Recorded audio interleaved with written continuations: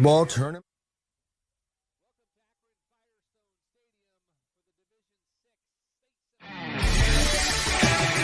Good afternoon and welcome to Big Z Sports presentation of high school softball tournament coverage. Today in this Division 6 state semifinal, the Garaway Lady Pirates take on the Gibsonburg Lady Golden Bears. Today's game is presented by Keim Home Center, the Tuscarawas Insurance Agency, and Right Mark Roofing. Now let's head to the field with Big Z Sports.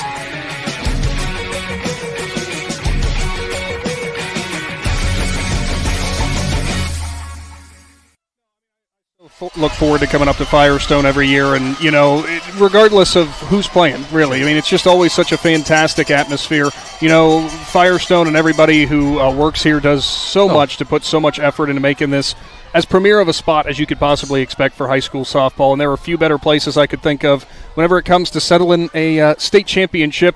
And the fun thing is now obviously with the shifts going to 7 divisions, you now have 7 state champions that are crowned at the end of the year, which is amazing. And speaking of that, in the semifinal game we just got to watch, Tri-Village picks up a 1-0 victory over Downton. They picked up 1-0 win over Downton. Like you mentioned, their run scored in the very first inning. A couple stolen on a run bases. down from third to fourth, on a third to home. Yep, a run down, like you said, in between home and third base, and that was the lone run of the game. So the Downton Bulldogs season comes to an end and a heartbreaking loss of 1-0. Nothing to hang their heads about. The Downton Bulldogs, they start a very young team, 7 sophomores, 2 freshmen. So look for good things out of the next few years for the Downton Bulldogs. And, of course, our game coming up next, right around 5:30 is our first pitch between the Garaway Lady Pirates and the Gibsonburg Lady Golden Bears. If Gibsonburg, Nick, rings a bell to you, a couple years ago, Gibsonburg played Strasburg in the state title game. And Strasburg, of course, beat them 3-1. That was in 23. So now they're in Division 6, and they get to take on the Garaway Lady Pirates here today. But if that name rings a bell, there's only really one player off the Gibsonburg team that played in that game against Strasburg, and that was Ansley Fleming, their shortstop.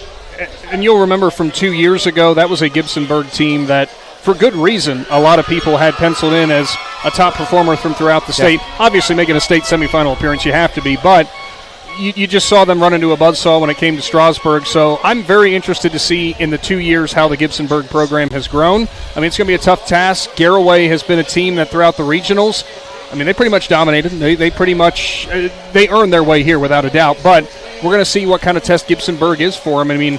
This is a situation that, Gibsonburg 2 years ago was right there in. Garaway, it's been a little while, obviously. Yeah, Garaway, this is their first ever trip to the state semifinals. The farthest this program had ever gotten was to the regional semifinals under Dennis Koschmieder back in his first stint as Lady Pirate head coach.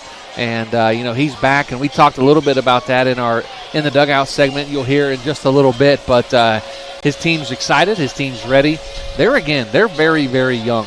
No seniors on this team. They have everybody coming back next year, including their sensational pitcher, Audrey Miller. Nick is, we talk about it on broadcast. This is the first time I've got to do a game with you since we were sitting right here last year at this time. I think we just flipped our seats. I think we did. I was sitting where, yep, absolutely. And, if you look at the pitching in our area of the teams that we cover, you've got Audrey Miller. You've got Miley Reifenschneider. You've got Maddie Kelly.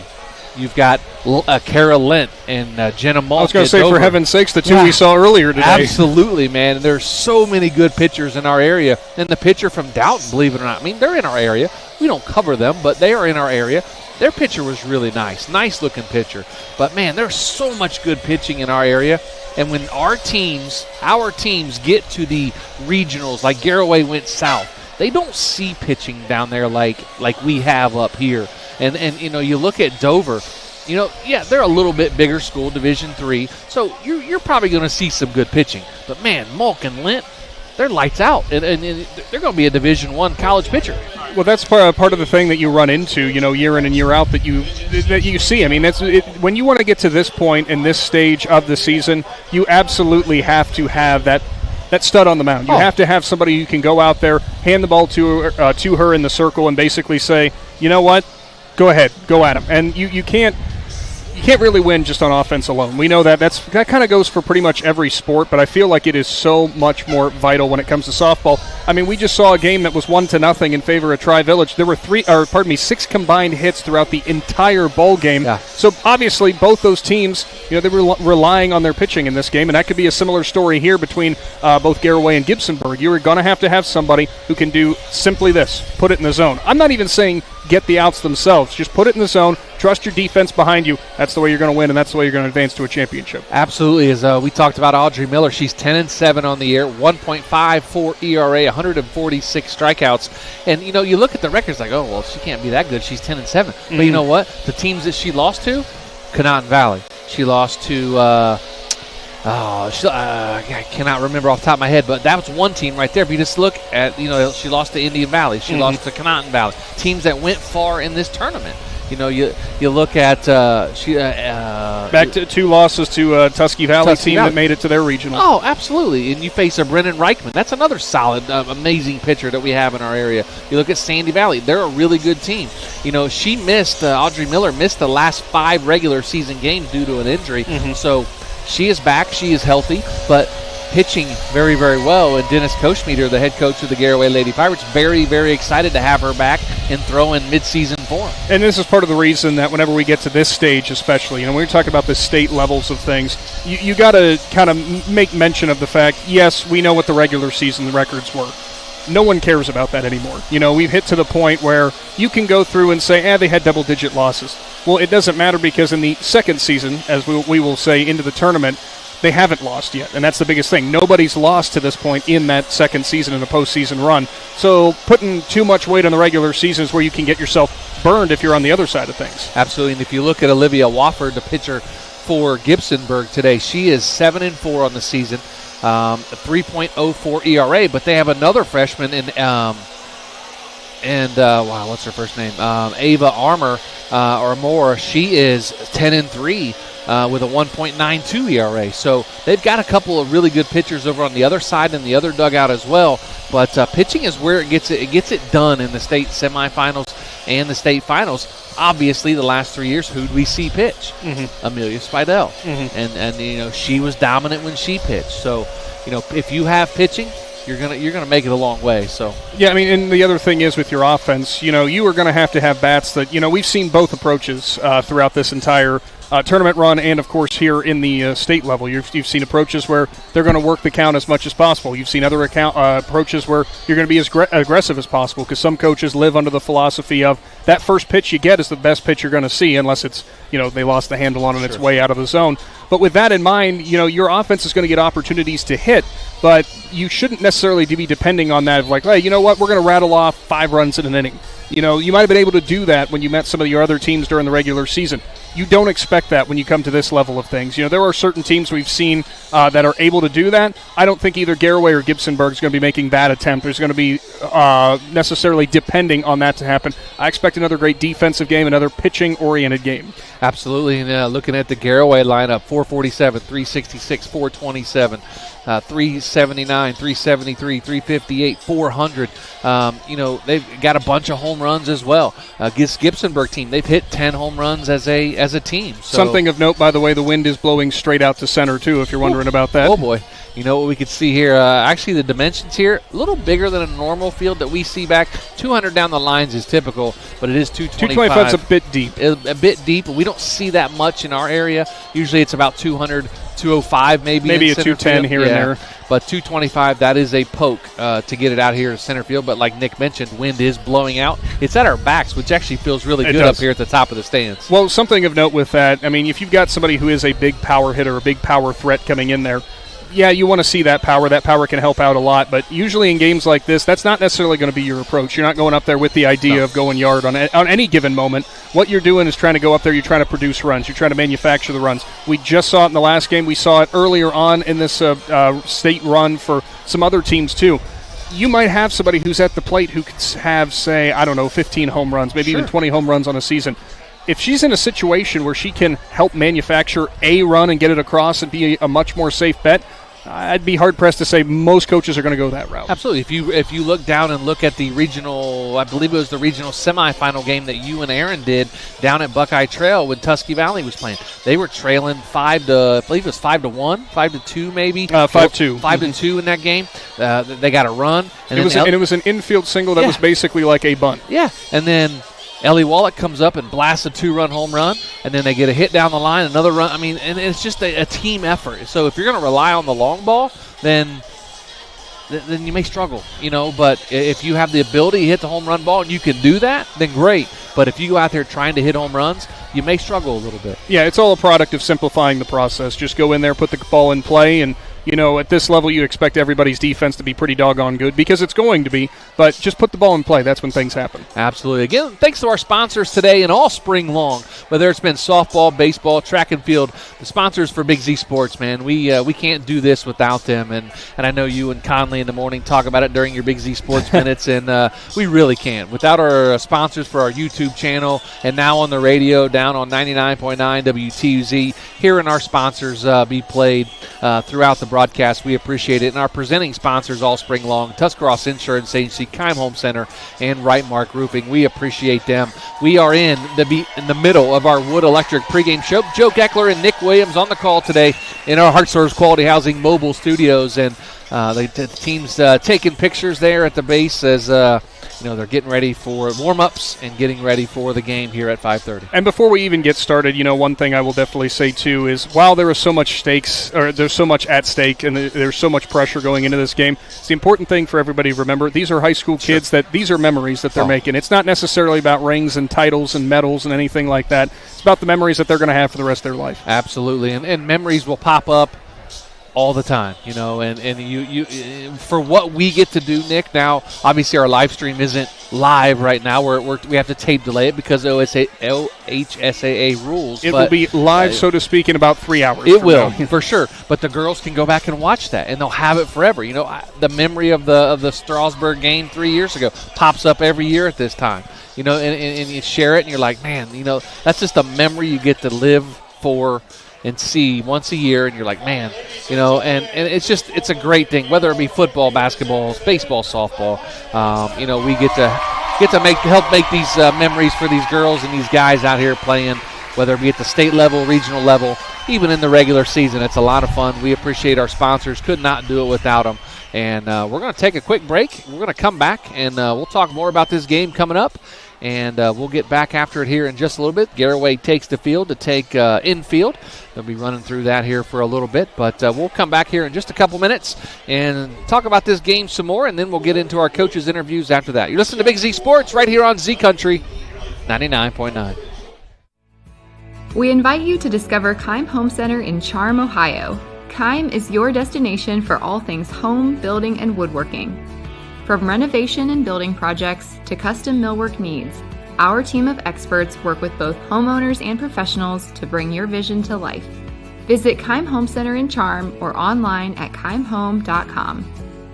Keim, built on trust since 1911.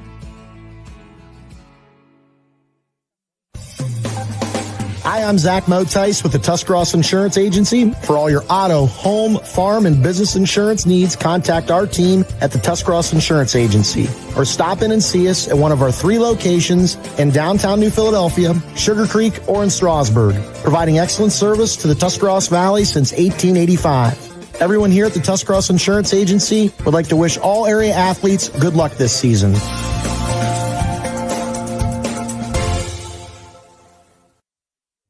Every day begins with purpose. Every job begins with precision. At Right Mark Roofing, we don't just install roofs. We build trust and forge relationships. We understand that your roof is more than just materials. It's protection. It's peace of mind. That's why we use high-quality products and expert craftsmanship. With a sharp focus, our team is always ready to hit the mark. Call Right Mark Roofing. Let's build a future that stands strong. Wood Electric has been trusted with all of your electrical needs for over 30 years. They are the place to call for residential, commercial, and industrial work. Wood Electric is available 24 hours a day and ready to help with any electrical problem, outage, or installation. Wood Electric, serving Tuscarawas County and beyond since 1988. Like Wood Electric on Facebook or find them online at woodelectric.net. Are you ready to give your home a new look? Look no further than Wayne Door, your one-stop shop for all your residential needs. Garage doors, entry doors, windows, and patio doors. Wayne Door has everything you need to upgrade your curb appeal. With 24/7 emergency service, you can trust their technicians to be there when you need them most. Stop by the Dover showroom on State Route 39 or visit WayneDoor.com and let the experts help transform your house into the home of your dreams. Wayne Door, more than just garage doors, from the people you can trust. Big moments are coming. Are you ready? If you need sponsor banners, graduation programs, or yard sale signs, the East Central Ohio Print Center has you covered. Visit ecoprintcenter.org. And if you've got a new driver in the house, East Central Ohio ESC offers flexible driver's education with in-car training and online options. Scholarships are available from signs to steering wheels. The East Central Ohio Educational Service Center is here to help. Find out more today online at ecoesc.org. Located right off 39 east of Sugar Creek Cartage Company is a family-owned and operated business since 1953 and are looking for qualified Class A CDL flatbed drivers. They offer competitive pay and great benefits like paid family insurance at no cost to employees. At Sugar Creek Cartage Company, they are big on family comes first, and you are more than just a number. Contact Ashley Rodacher Monday through Friday, 8:30 to 4:30 at 330-852-2213. Go Pirates! Eagle Machinery and Supply in Sugar Creek is your Sempico dealer, carrying Gaso Cleanse and Diesel Max fuel conditioners, 2-cycle oils for mowers, leaf blowers, and chainsaws, plus Mega Molly, Syntho Lube, and fifth wheel greases. Check out Sempico fall cleanup and winterizing products too. Eagle Machinery builds hydraulic hose assemblies and offers cylinder and pump repair, plus welding and machining services. Join the Eagle team. They're looking for machinists, fabricators, and electricians. Go to eaglemachines.com for details. Welcome back to the Wood Electric pregame show. Joe Geckler in the dugout with Gibsonburg head coach Sarah Gruner, presented by PAC Drilling. Coach, your ball club knocked off Ada 4-0 back in the regional championship game a week ago today. Let's rewind and go back a week. How do you feel your team performed in that game? Mentally, we were there the entire time. We had a couple plays that could have gone either way, and we stuck through it. It was a quick 6 innings, and then all of a sudden we're in the 8th inning, and it's time to go, ladies. And they agreed, and it was good. Coach, for our listeners and viewers in our area, talk to us about your team and maybe some of the girls to watch out for tonight.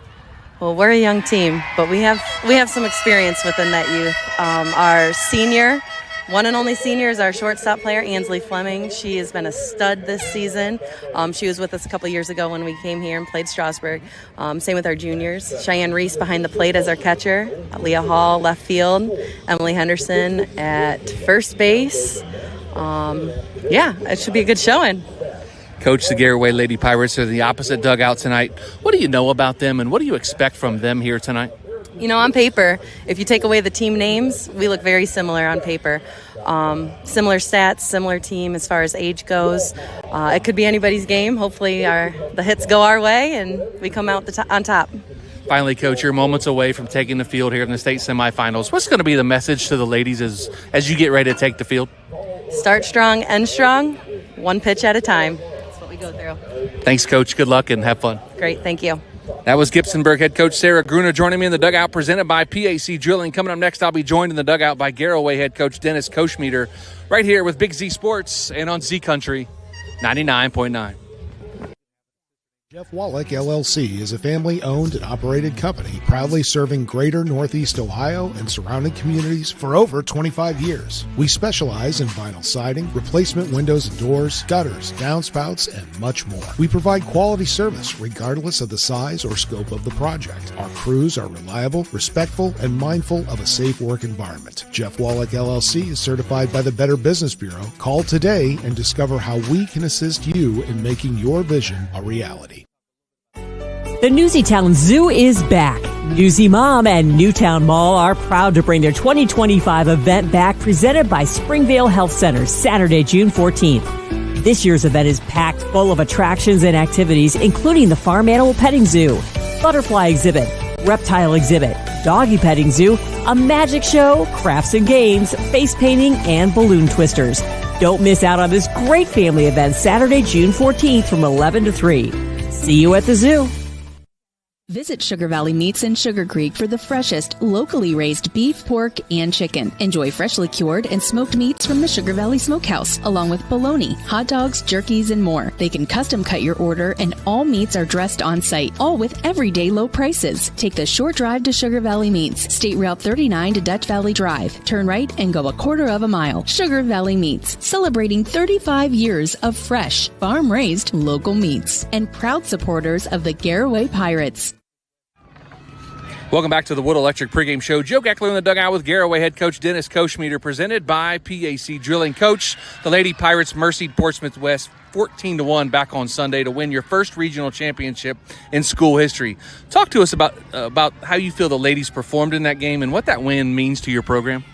Well, we didn't start out very good. The pitching was slower than what we were accustomed to, and we knew that coming in, and we had talked with the players about making adjustments to the speed, and we made that pitcher look really good the first 2 innings. I think we had maybe 4 or 5 strikeouts, and she just breezed through the top of our order, through the meat of the order, and we had a real good talk going in the 3rd inning, and paid off with a couple ground balls for outs.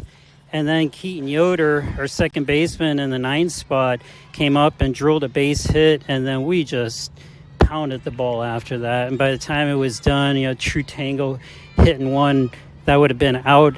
It would have been out at any field as a no doubt, or wherever we're playing. And the whole complexion of the game changed that inning. The dugout of Portsmouth West, they were done. And then we had another run and poured it on one more time to win in a mercy. And it's not something you see a lot in the regional levels for us to win both of our games by mercies. But obviously we like to be on the right side of that, and it was a lot of fun. Coach, you coached softball for a long time, took a break, and came back this year to a program that you had a ton of success for. How surreal is this moment for you, these ladies, and the fans? It's just you couldn't have even written a story like this. I mean, it isn't about me, but the fact that coming back and this is something that, believe me, I wanted to see for years and years, all the years. It almost consumed me to the point that it wasn't even a healthy thing. And getting away from the game, I got a good perspective of things. And helping out at Highland, we were not a good program, but it changed everything. It humbled me. I felt like I was getting back to the basics, teaching girls how to play ball, and I did that for 3 years, and then came in here, and we didn't have a good situation we came into. There's a lot of turmoil last year. Lost a lot of girls in the program. Only one came back. 2 of them came back this year, and we have no seniors. But these girls, they were looking for a new voice. We have a great coaching staff. Every one of the coaches on my staff has played softball at some level. I come from a men's fast pitch background, and we just started to work with the girls. We challenged them. There was a lot of, at first, they weren't quite sure because it's different than what they were hearing in the past. But as they started seeing success, it got better for us. Coach, how's this week of practice been as you lead up to this game here tonight? We've been really relaxed. You get this time of year and you've worked on so much. We do fundamental work in every practice, so that hasn't changed. But we did a lot more live batting practice than normal. I had to do a lot of pitching. We had some of our pitchers warm up, maybe move a little closer in, and took a lot of live BP because during the season, you don't go a week or 6-7 days between games like what's been going on in the tournament. So it gets a little hard to keep motivated, but these girls, they're ready to go. They are ready to go today. Coach, moments away from the state semifinals, what's the message to the ladies right before you take the field? Yeah, these games here, quite honestly, I haven't been talking to them much before the games because we talk a lot during the week. They heard what I had to say last night. And when we get here, we're just going to give them some reminders on some things we've worked on in practice. Yeah, I'm not the type of coach that comes up with this great motivational speech. It's just not me. I get a lot of things going in my head thinking I'm going to say this, and then it comes up and my brain just goes blank. So I'm going to do what I always do. Look at them, tell them what the lineup is, tell them what I expect out of them this game, and that if we play the way we're capable of playing, it's going to take a super effort from Gibsonburg to beat us. Finally, Coach, what are your 3 keys for the Lady Pirates to knock off the Lady Golden Bears and advance to the state championship game on Sunday? Yeah, our 3 keys are really what got us here this year.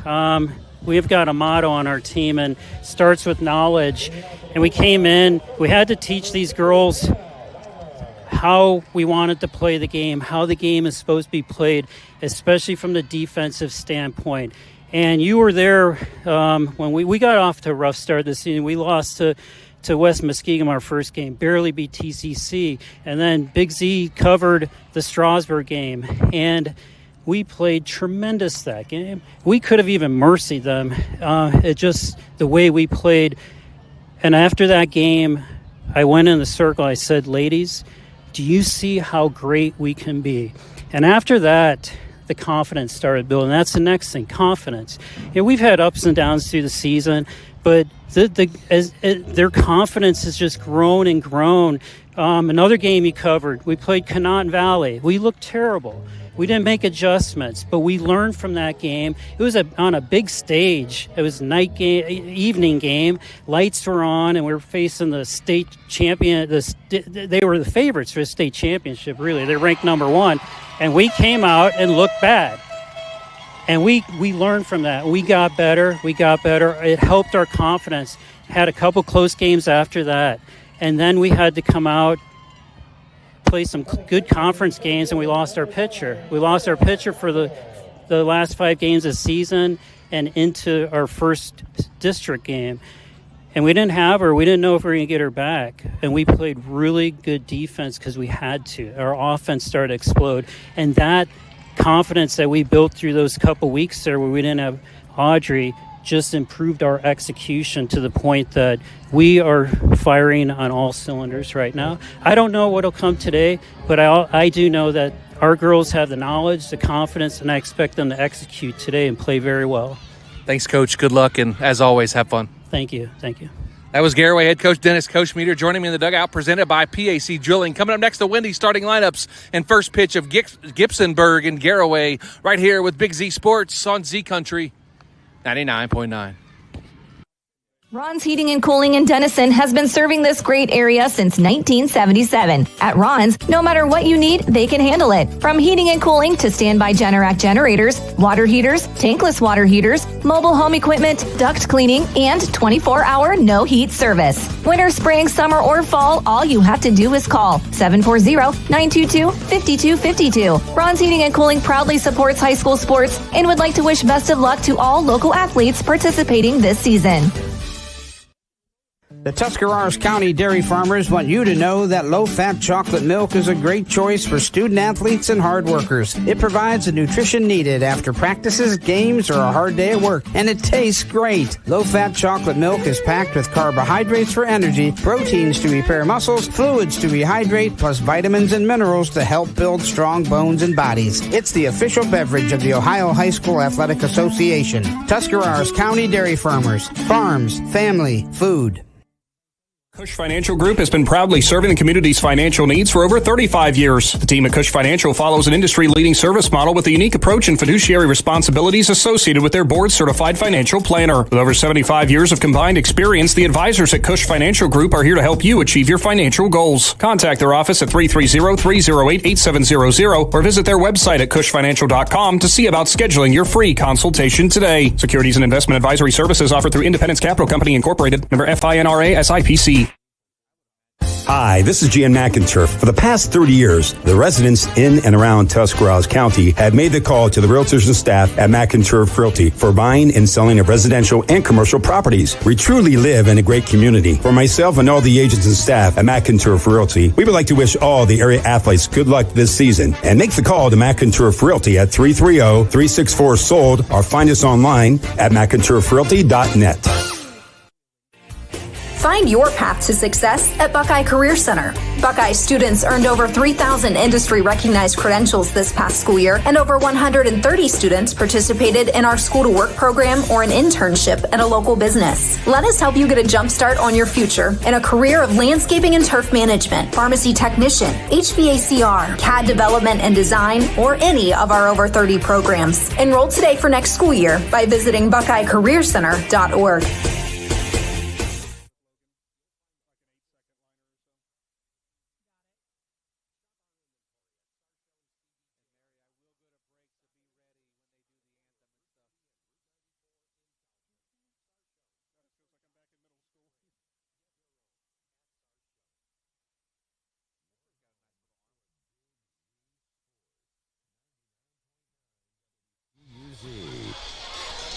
Welcome back to Firestone Stadium in Akron, Ohio. Joe Geckler, Nick McWilliams, Logan McPeek here for Claxon Communications as we're getting ready for the Division 6 state semifinal action between the Garaway Lady Pirates and the Gibsonburg Lady Golden Bears.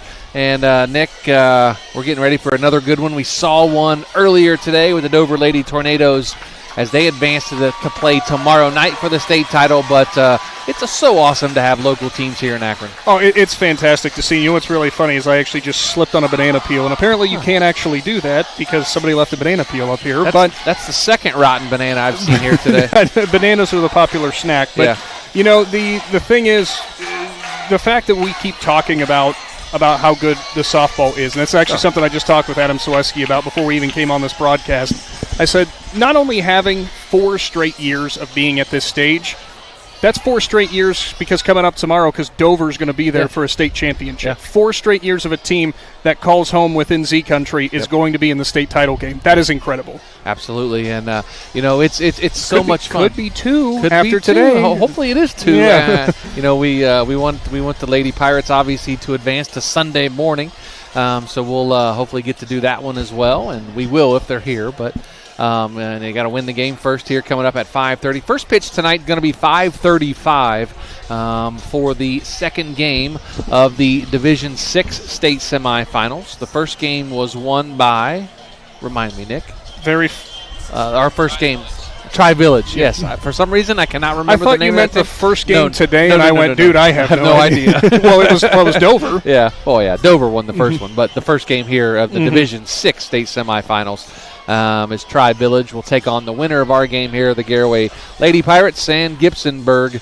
Gibsonburg up from around Toledo, so they had a nice 2-hour bus ride up here. Garaway about a 35 minutes, 45 minutes. And you know, sometimes there are people who are going to bring up about, like, well, Garaway only had to go that far. Gibsonburg had to go so much farther. Well, we looked at that Tri-Village team that had to make such a long drive. On top of that team that Dover picked up the win against in Western Brown from Mount Orab, over close to your old stomping grounds. And Dark County's close to my old stomping. That's where the team Tri-Village is from. But the thing is, at the end of the day here, this facility, you do not find a better place to put a state tournament. It's been here for years. It has. Can't complain about it. I forget how long they've said it's actually been going on here. It's been a long time. But obviously the 4 years ago when we first came back in 21, it was the kind of field that I love. Grass and dirt. And, you know, and I don't mind the turf. I like it. I like turf for football. You would think I would be a grass guy for football, but, man, I don't mind the turf. It evens the playing field. It makes it fast. It makes it fun. The infield plays so much faster now. But when you get to this level of softball, I really don't think it matters that much. I mean, these athletes have been working all year for this, and we know how good they are to get to this point. So it just makes for a faster game. But with that in mind, when you're on the base pass, there was no such thing as a routine grounder anymore. No. You got to be hustling for everything. You do. And we're going to take a look at the Wendy starting lineups. And, Nick, I'll let you do Gibsonburg and their Wendy starting lineups here before we get started here in about 10 minutes. I can do that. Leading things off for them, and number 1, playing shortstop, their only senior on this Gibsonburg team, and Ansley Fleming. Batting second, wearing number 2, and catching, so number 2 on the field, it is Cheyenne Reese.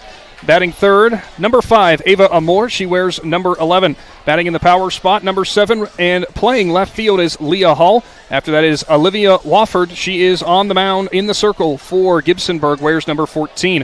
After that, batting 6th, Emily Henderson will be your first baseman, wearing number 12. Then after that is number 8, the right fielder, Mia Brink. As for batting 8th, it is Mackenzie Muntz. She is your second baseman, wearing number 18. And number 4, rounding things out, it is Emma Jividen, who is your center fielder for the Gibsonburg Golden Bears. Your starting lineups for them brought to you by Wendy's. And now your Wendy's starting lineups for the Garaway Lady Pirates. Number 7, Krista Miller. She leads off and is in center field. Batting in the 2-hole, her twin sister, number 28, Kayla Miller. She's in left field. Batting in the third spot, number 12, Audrey Miller. She is in the circle for the Lady Pirates. In the cleanup spot, the freshman, number 13, True Tango. She's at shortstop. Batting in the 5-hole, number 53, Kylie LaCroix. She's in right field. Batting in the 6-hole, number 25, Nadia Pope. She's your designated player today, batting for Sophia Connor. Number 4, Jaylene Jimenez at third base, batting 7th. Batting 8th, number 19, Clea Glazier. She's at first base. And batting 9th, number 20, Keaton Yoder. She's at second base. Again, Miller, Tango, LaCroix, Pope, Jimenez, Glazier, and Yoder. That's your starting lineups, your Wendy's starting lineups for the Garaway Pirates and the Gibsonburg Lady Golden Bears. And they're getting ready to announce all the lineups and the national anthem. And we're going to take a break, and we'll be back after this with Big Z Sports right here on Z Country 99.9. T-County Boxing Academy on East High in New Philadelphia invites anyone serious about boxing to see what they offer and have success just like pro boxer and Yurixville's own Sugar Dre Donovan. T-County Boxing Academy not only offers the area's premier training facility, but also offers the best supplements on the market for peak training to get the most out of your workouts. To see all T-County Boxing Academy has to offer, find T-County Boxing Academy-TCBA on Facebook. This is Jordan Hartzler. At Hartzler's Quality Housing, our goal is to help customers achieve the dream of home ownership. We have been a family-owned, affordable housing business for over 40 years. We value our customers and have the knowledge and experience to help you walk through the home buying process from start to finish. Conveniently located just off I-77 in New Philadelphia, stop by and browse their model homes or learn more by visiting Hartzlers.com. We invite you to discover Keim Home Center in Charm, Ohio. Keim is your destination for all things home, building, and woodworking. From renovation and building projects to custom millwork needs, our team of experts work with both homeowners and professionals to bring your vision to life. Visit Keim Home Center in Charm or online at keimhome.com. Keim, built on trust since 1911. PAC Drilling, a family-owned and operated company since 2005 in Bolivar, takes pride in being an economic oil and gas drilling company. PAC's objective is to contribute to American energy independence through profitable development, operation, and marketing of oil and natural gas wells. PAC also employs operating technicians to oversee each and every well drilled to maximize its productivity and longevity. Contact PAC Drilling at PacDrilling.com. The Sarshone name has always been known for truck sales, and once you see our inventory, you'll understand why. At Sarshone Chrysler Dodge Jeep Ram in Dalton, you'll find the largest selection of new trucks and SUVs in the area. Shop our inventory at SarshonCDJR.com or stop in and visit us on the corner of Route 30 and Route 94 in Dalton. Sarshone Chrysler Dodge Jeep and Ram. Get your own at Sarshone. You know what's better than a limited time deal? An unlimited time deal. That's why the Wendy's $5 Biggie Bag with a Junior Bacon Cheeseburger, 4-piece nugs, Junior Hot and Crispy Fries, and small soft drink is available all the time. Because the best time for fresh, never frozen beef and Applewood smoked bacon is all the time. Duh. I feel like I'm repeating myself a lot. For the best deal of all time, gotta be Wendy's. Unlimited time does not mean forever. U.S. price and participation may vary. Prices may be higher in Alaska, Hawaii, and California and via third-party delivery. Fresh beef available in the contiguous U.S., Alaska, and Canada. Are you ready to make a difference in a young person's life? Big Brothers Big Sisters of East Central Ohio has 88 children waiting for a mentor. As a mentor, you will spend as little as 4 hours a month with your little, guiding them, listening, and helping them discover their full potential. Your time and your kindness can change the course of their future. By becoming a Big, you're not just volunteering, you're defending the potential of a child, giving them an opportunity to dream big and reach higher. Visit www.bigs4kids.com to sign up and help us make sure that no child has to wait. Big Brothers Big Sisters of East Central Ohio. Defend the potential and become a Big today. If you're planning a major concrete project, you need the help of Stocker Concrete Company. From precast concrete products to ready-mix concrete, sand, gravel, limestone, and concrete block, the professionals at Stocker Concrete can help you get started and keep you on the path to completion using the best materials you can find. Stocker Concrete is the concrete material provider you can count on. See them at 7574 Route 36, Janaden-Hutton, or call 740-254-4626. Located right off 39 east of Sugar Creek Cartage Company is a family-owned and operated business since 1953 and are looking for qualified Class A CDL flatbed drivers. They offer competitive pay and great benefits like paid family insurance at no cost to employees. At Sugar Creek Cartage Company, they are big on family comes first, and you are more than just a number. Contact Ashley Rodocker Monday through Friday, 8:30 to 4:30 at 330-852-2213. Go Pirates! The certified public accountants at Niedenthal & Company believe in the value of relationships. Niedenthal & Company has been in business for over 50 years in your community, helping individuals and businesses grow. Niedenthal & Company can help manage and prepare your payroll, plan your estate, and prepare your business and personal income taxes. Stop into the Niedenthal facility on North Worcester Avenue in Dover and become a valued client today. Hi, I'm Crystal, General Manager at Loudon Motors Ford. I invite you to stop in and feel the difference of shopping for your next vehicle with our friendly, non-commissioned sales staff, or the personal touch that you will receive from one of the last family-owned and operated dealerships for nearly 100 years. So my question for you is, when will you experience the crystal clear and loud and clear advantage right here in sunny Minerva, Ohio? Dumont Sporting Goods in Dover and Canton has just what you're looking for, so your athlete has the best gear for the sports they play. Dumont's has a large apparel selection and can handle your customized screen printing as well as embroidery for your team or business. For sporting goods and for all your apparel needs, Dumont Sporting Goods in Dover and Canton has everything you want to play and look your best.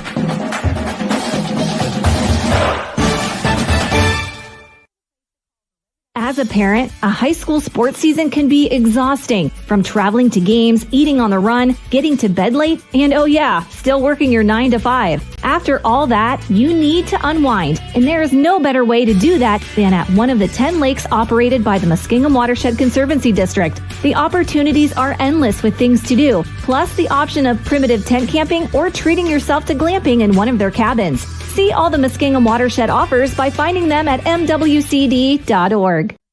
TMK Valley Propane is embracing remote tank monitors. Are you tired of going outside to check your propane tank or forget to order your propane on time? TMK Valley Propane now provides reliable remote tank monitoring technology. Let TMK Valley Propane take the worry away, provide timely delivery, and never run out of propane again. Thank you for your trust in TMK Valley Propane.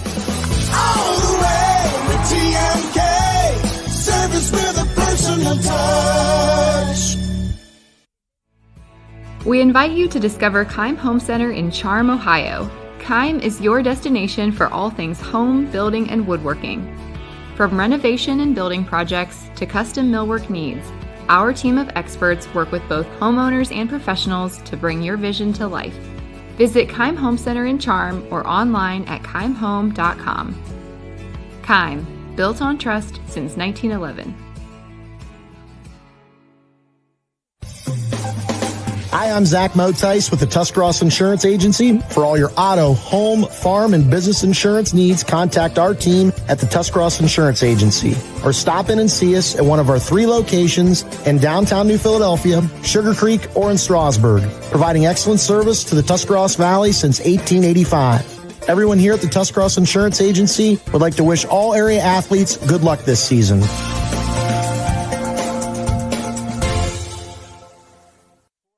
Division 6 state semifinal matchup between the Garaway Lady Pirates and the Gibsonburg Lady Golden Bears. And Nick, a lot of energy coming out of both of those dugouts for those starting lineups, and both teams ready to get after it. I mean, you cannot not think back to, if you were somebody who played high school athletics, you can't not think back to moments wherever these ladies are going to have here, running out of the field, getting introduced. And, again, we go back to what we talked about earlier in the pregame about the fact that this is memories of the making that they are going to have for the rest of their lives.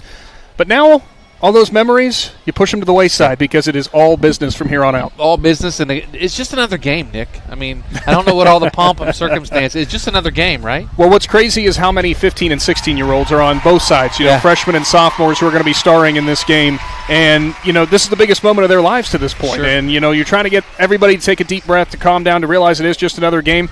Be that as it may, both of these sides, they look incredibly loose. They look incredibly ready to go. Very much looking forward to see what both sides have for this state semifinal. Yeah, it's going to be a fun matchup. Again, the Wendy starting lineups again: Fleming, Reese, Amore, Hall, Wofford, Henderson, Brink, Muntz, and Jividen for the Gibsonburg Lady Golden Bears. Take a look at the defensive alignment for the Garaway Lady Pirates. In left field, Kayla Miller. In center field, Krista Miller. In right field, Kylie LaCroix. At third base, Jalen Jimenez. At shortstop, True Tango. At second base, Keaton Yoder. And at first base, Kalea Glazier. And behind the plate, Sophia Connor. And in the circle is the sensational sophomore, Audrey Miller. She's 10-7 on the year with a 1.54 ERA with 146 strikeouts. And they are ready. Ball's being thrown around, and we're almost ready for first pitch. And one of the most important things whenever you're coming out here, starting things off, some people say they like to have the defensive side of things to start a game. Some say they like to be at the plate. If you're Audrey Miller, all you got to focus on is just putting it in the zone. You've got a defense that's been helping you out all this season. Yeah, that 1.5 ERA. She has a ton of strikeouts. She does a great job in setting down batters, but she has a defense behind her that has helped lead her to that number. Yeah, 100%. As the final talk's getting done in the circle. And it's going to bring in Ansley Fleming, the shortstop for the Gibsonburg Lady Golden Bears. She is the lone senior and was on this team when they played Strasburg a couple of years ago. As Miller gets her pitch, swings and misses in the first pitch of the game, brought to you by Sugar Creek Cartage. And 0-1 count now to Ansley Fleming, as Miller was able to get her a swing and a miss. Now the 0-1 pitch. Swing and a miss again. No balls and 2 strikes to Ansley Fleming, the senior shortstop for the Golden Bears. Coming into the season, she is batting, I believe it was 398? 333. 333, excuse me. Still. One out of 3 times it's a hit. Still really good. The 0-2 pitch just outside for ball number 1. The count now, 1 ball and 2 strikes. Big thanks to our presenting sponsors all season long, the Tuscarawas Insurance Agency, Keim Home Center, Right Mark Roofing, Joe Geckler, Nick McWilliams, and our Hartzler's Quality Housing Mobile Studios. We'll have our Wayne Dorr instant replay today. Now the 1-2 pitch. Changeup just missed. It looked like it was a little bit up. The umpire almost raised that arm and called strike 3. But he said, nope, just up a little bit. Now runs the count even at 2-2. The only pitch that it seems like all of time stands still when it comes to softball. You look for the batter to swing out of her shoes. Now the 2-2 pitch swung on and fouled off over towards the first base dugout. Count remains even at 2 balls and 2 strikes. Cheyenne Reese and Ava Amore, your next 2 hitters for Gibsonburg here in the top of the first, just underway from Akron Firestone Stadium. That foul ball, they're picking on Marcus from Claxon Communications up in his crow's nest up there, filming for our replay later. Now the 2-2 pitch again.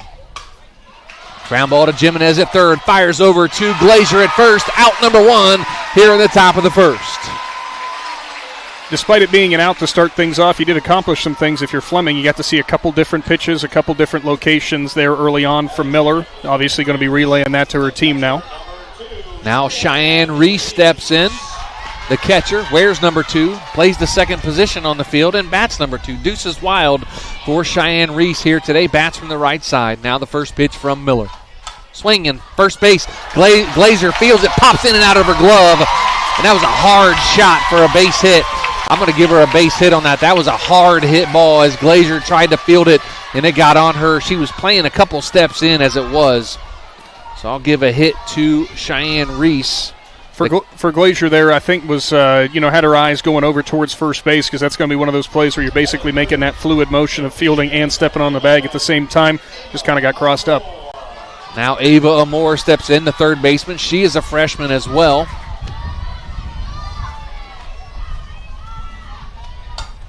Ball's shot to the second baseman. The runner had to hold the fire to second. She's going to be safe.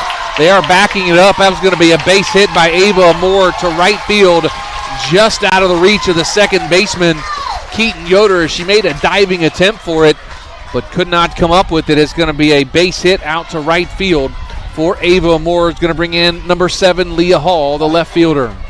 Yeah, for both Reese and Amore, not the most well-struck balls, but sometimes it doesn't have to be. It just has to go where they're not. And Leah really Hall, a good setup here for Hall. Yeah, for sure. She's coming into the game batting .395 with a home run on the season. First pitch by Miller. Swung on, driven to the second baseman. Almost had a play at second, but the shortstop Tango couldn't get there quite in time. But now we have 2 outs, top of the first inning. Going to bring in Olivia Wofford. Reese and Amore did exactly what you are taught to do, though. Freeze on the line, do not move with no or 1 out in that situation. So good base running for the Golden Bears, but now pressure on Wofford. Aaliyah Wofford comes in batting .307 on the season. Runners on first and second. That's Reese on second, Amore on first. Time called by the home plate umpire. Now back at it. Miller gets her sign, rocks and fires. Line drive down the right field line, and that's going to be a fair ball. Nice play by LaCroix. They're going to fire it home. It's going to be no play at the plate. A run scores. Nice job by Connor to get back there and get it. But Cheyenne Reese scores all the way from second on the RBI double by Olivia Wofford, excuse me. For Wofford there, they've been seeing from Miller, a lot of it's been off the corner of the plate, not trying to do too much with it, going with the pitch, drive it down the line, and that's exactly what you do with those outside pitches. It's going to be interesting to see if Miller adjusts early on and tries to pull it closer inside. So number 12, Emily Henderson steps in, the first baseman, batting .262 on the season. Runners on second and third, 2 outs now. Going to be inside for ball number 1.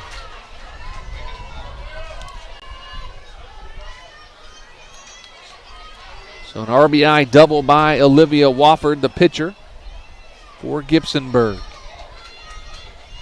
Miller gets her sign, rocks and fires the 0-1, or the 1-0. Now it's going to fire down, and they try to get her at third. Nice throw down there by Connor.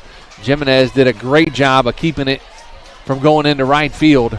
Count going to be 2 balls and no strikes now to Henderson. I think the dugout might have been talking to Connor there. You got 2 outs. You don't necessarily want to try to force that throw. That could have been the second run of the game coming in if it's overthrown. Ground ball to second, fielded by Yoder. Off her glove and into right field. The runner's going to take off for the plate. There's going to be a play at the plate. She's safe under the tag, and the ball gets away from Connor as Henderson gets all the way to second. It's going to be a base hit and 2 RBIs on the play for Emily Henderson. Kind of why they say, what we talked about before the game even started, some coaches really want to be at the plate first because of this exact reason. There are a ton of nerves going on right now. We're going to have a mound visit. It'll be a mound visit by head coach Dennis Kochmeter. We'll take a timeout. Be back after this. You're listening to Big Z Sports right here on Z Country 99.9. Every day begins with purpose. Every job begins with precision. At Rightmark Roofing, we don't just install roofs. We build trust and forge relationships. We understand that your roof is more than just materials. It's protection. It's peace of mind. That's why we use high-quality products and expert craftsmanship. With a sharp focus, our team is always ready to hit the mark. Call Rightmark Roofing. Let's build a future that stands strong.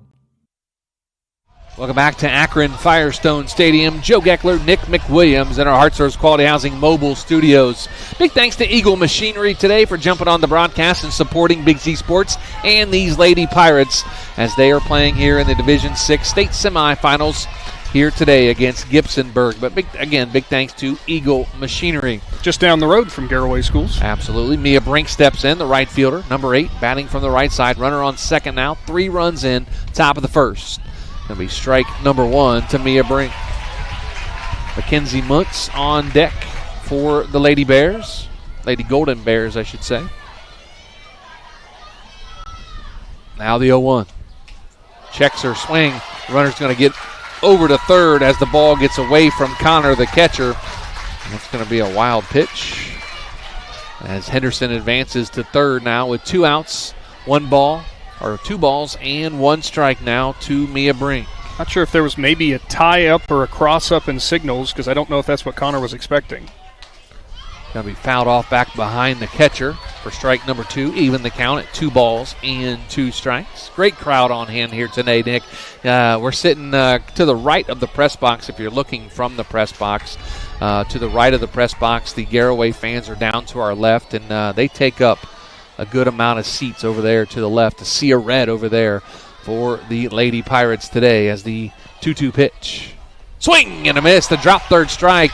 Going to throw it down to first. And the Pirates are out of the inning, but 3 big runs for Gibsonburg. And after a half inning, Gibsonburg 3, Garaway coming up. Back after this with Big Z Sports. Wood Electric has been trusted with all of your electrical needs for over 30 years. They are the place to call for residential, commercial, and industrial work. Wood Electric is available 24 hours a day and ready to help with any electrical problem, outage, or installation. Wood Electric, serving Tuscarawas County and beyond since 1988. Like Wood Electric on Facebook or find them online at woodelectric.net. Are you ready to give your home a new look? Look no further than Wayne Door, your one-stop shop for all your residential needs. Garage doors, entry doors, windows, and patio doors, Wayne Door has everything you need to upgrade your curb appeal. With 24/7 emergency service, you can trust their technicians to be there when you need them most. Stop by the Dover showroom on State Route 39 or visit WayneDoor.com and let the experts help transform your house into the home of your dreams. Wayne Door, more than just garage doors, from the people you can trust. Stadium, Joe Geckler, Nick McWilliams, bottom of the first inning as Gibsonburg gets 3 on the board in their top of their first inning and lead the Pirates 3-0. I mean, 3 came across, and 3-0's not how you really want to go into the bottom of the first, but 2 out of those 3 runs you can attribute to errors, and that's going to be something that, if the Pirates take a deep breath, calm down, they can correct those for sure moving forward into the rest of this game. And the bright side is you're looking at it now, you've got 7 at-bats, 7 chances at the plate to get those 3 back and plenty more. Absolutely. Again, take a look at the Wendy's starting lineups. The first 3 here in this inning. Number 7, Krista Miller. Number 28, Kayla Miller. And number 12, Audrey Miller, your first 3 to hit. After that, you'll have True Tango, Kylie LaCroix, Nadia Pope, Jaylene Jimenez, Kalea Glazier, and Keaton Yoder. Again, Miller, right off the rip here for the Garaway Lady Pirates. We'll look at the defensive lineup for Gibsonburg here in just a minute. You can't even say K Miller for the top 2. You cannot. You can say Twin Miller, Twin 1, Twin 2. First pitch in, going to be inside corner, strike number 1. So Krista Miller comes in batting .447, 3 home runs, 22 RBIs, 35 runs scored. Going to be off the turf for ball number 1. Defensive alignment for Gibsonburg, Leah Hall in left, Emma Jividin in center, Mia Brink in right, Ava Amore at third, Ansley Fleming at short, Mackenzie Muntz. Ground ball in between short and third base. That's going to be a base hit for Krista Miller, the first hit of the game for the Pirates. Miller probably didn't get the best contact she wanted on that, but it was well placed, both over at third and shortstop. Both players in Amore and Fleming were diving for it, but you could not throw it out there any better. Mackenzie Muntz at second, Emily Henderson at first, Cheyenne Reese behind the plate, and Olivia Wofford in the circle for the Lady Golden Bears. Going to bring up Kayla Miller. Turns and squares the bunt right back to the screen for strike number 1. That's the philosophy that we talk about, just looking to put that runner in scoring position, move her up about 120 feet away. It can be so vital, especially when you're looking to chip back in. I'm sure they said this to Garaway in the dugout. You don't have to get all 3 back in this inning. So Kayla Miller comes in batting .366 with 14 RBIs, 22 runs scored. Tries to put the bunt down again, and it's fouled back to the screen. No balls and 2 strikes. One thing Dennis Kochmeter loves is small ball, and that's what he's doing here, trying to get the runner over. Like you said, Nick, they're not going to get 3 runs back in the first inning. Work at it, get runs in, get them on, get them over, get them in. Now the 0-2 pitch. Change up in the dirt off the turf, and that's going to be, they're going to call that a foul ball. Just off the end of the bat. Your eyes are better than mine, young man. And for that reason, too, for Wofford, I was going to say, how's she going to do this after seeing 2 straight bunts? You don't want to be tempted to just put one right down the pipe. She's not going to try to bunt again. Taking the square around. Going to be low that time. 1 ball and 2 strikes now to Kayla Miller. Krista Miller on first after a base hit to left field. Audrey Miller on deck for the Lady Pirates. Now the 1-2 pitch. Change up high for ball number 2. Now runner 2 goes balls and she's 2 there. Strikes as Krista Miller steals second. Great job in sliding under the tag of the shortstop, Ansley Fleming. If Reese puts that on the money down more closer to the chest or belt high, that's probably going to be out number 1, but just airmailed it a little bit. I think Krista Miller surprised some people with that steal. Now it's going to be Kayla Miller still at the plate, swinging in a foul ball back in front of us. Thank goodness for the screen. We had a baseball regional game that we got to witness. The carom of a foul ball, if it goes over the screen then comes back, you still got to keep your head on a swivel. Did it get you? Not me, somebody in the stands. 2 ball, 2 strike pitch. Now change up in the dirt. Runs the count full now at 3 balls and 2 strikes. What's interesting is when Kayla Miller was looking to lay down the bunts, she was getting fastballs from Wofford. Now she's had 2 of the next 3 pitches have been off speed. See what she brings here on the payoff pitch. Swing and a foul ball. Looks like it could get out of play, and it does off the screen. Count remains full at 3 balls and 2 strikes. Much as you want these schoolyard rules to be active there off the netting, it does not count if you catch it off of a carom.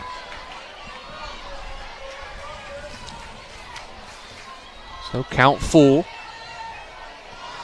Krista Miller, that was her 10th stolen base on the season for the Pirates. Now the payoff pitch. Going to be inside for ball number 4.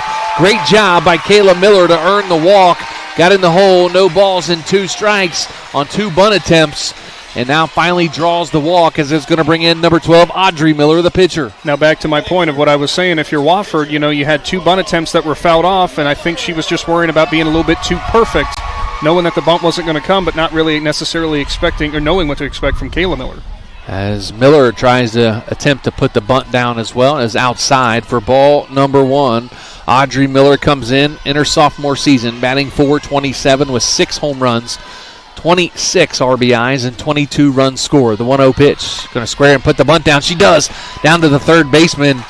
And that's going to be Amore. Fires it on to the first baseman, Henderson, for out number 1. But the runners do advance now with 1 out. Runners on second and third. You can't complain about the result for Miller, both runners up in scoring position. But if she pushes that just a little bit farther towards the pitcher, that's going to get past the glove of Amore, and suddenly you got bases loaded. Looks like we're going to have a catcher's conference trip to the circle. Now the coaches and Garaway players convened at third. Now they're back at it. Now the freshman True Tango steps in. Gibsonburg probably getting the defensive alignment set up there, just expecting maybe a sacrifice attempt here from Tango. Not going to get it there. In the dirt for ball number 1 is True Tango. The freshman comes in batting .379, 2 home runs, 21 RBIs. What a sensational, fabulous freshman year for True Tango. And maybe you don't want her doing the sacrifice if she's batting .379. She can put the bat on the ball for sure. The 1-0 pitch, swing and a miss. Strike number 1. 1 ball and 1 strike now to True Tango. Kylie LaCroix on deck for the Lady Pirates with only 1 out here. Bottom of the first. Gibsonburg leads 3-0.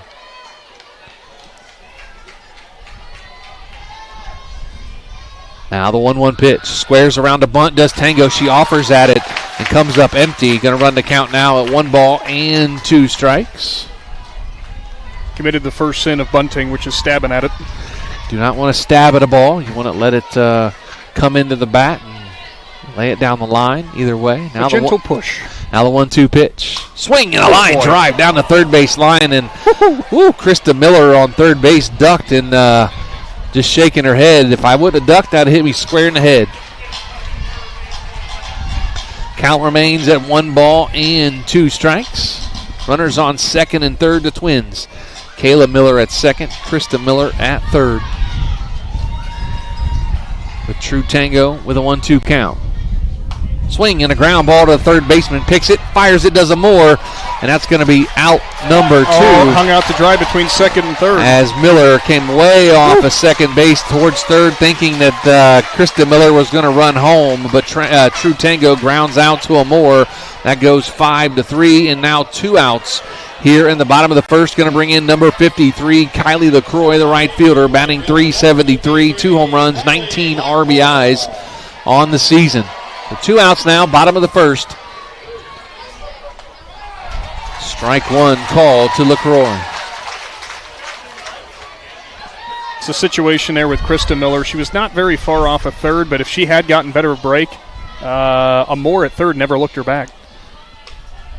Going to be high for ball number 1. 1 ball and 1 strike to LaCroix.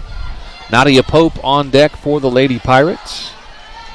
Jaylene Jimenez in the hole if they can get to her. Now the 1-1 pitch inside for ball number 2. We've got an offset angle, but all the fans to our right went, ooh, thinking that one looked better than it was. About hit her in the foot. Now the 2-1 pitch from Wofford. Strike on the outside corner. Runs the count even now at 2 balls and 2 strikes to LaCroix, the right fielder for the Lady Pirates.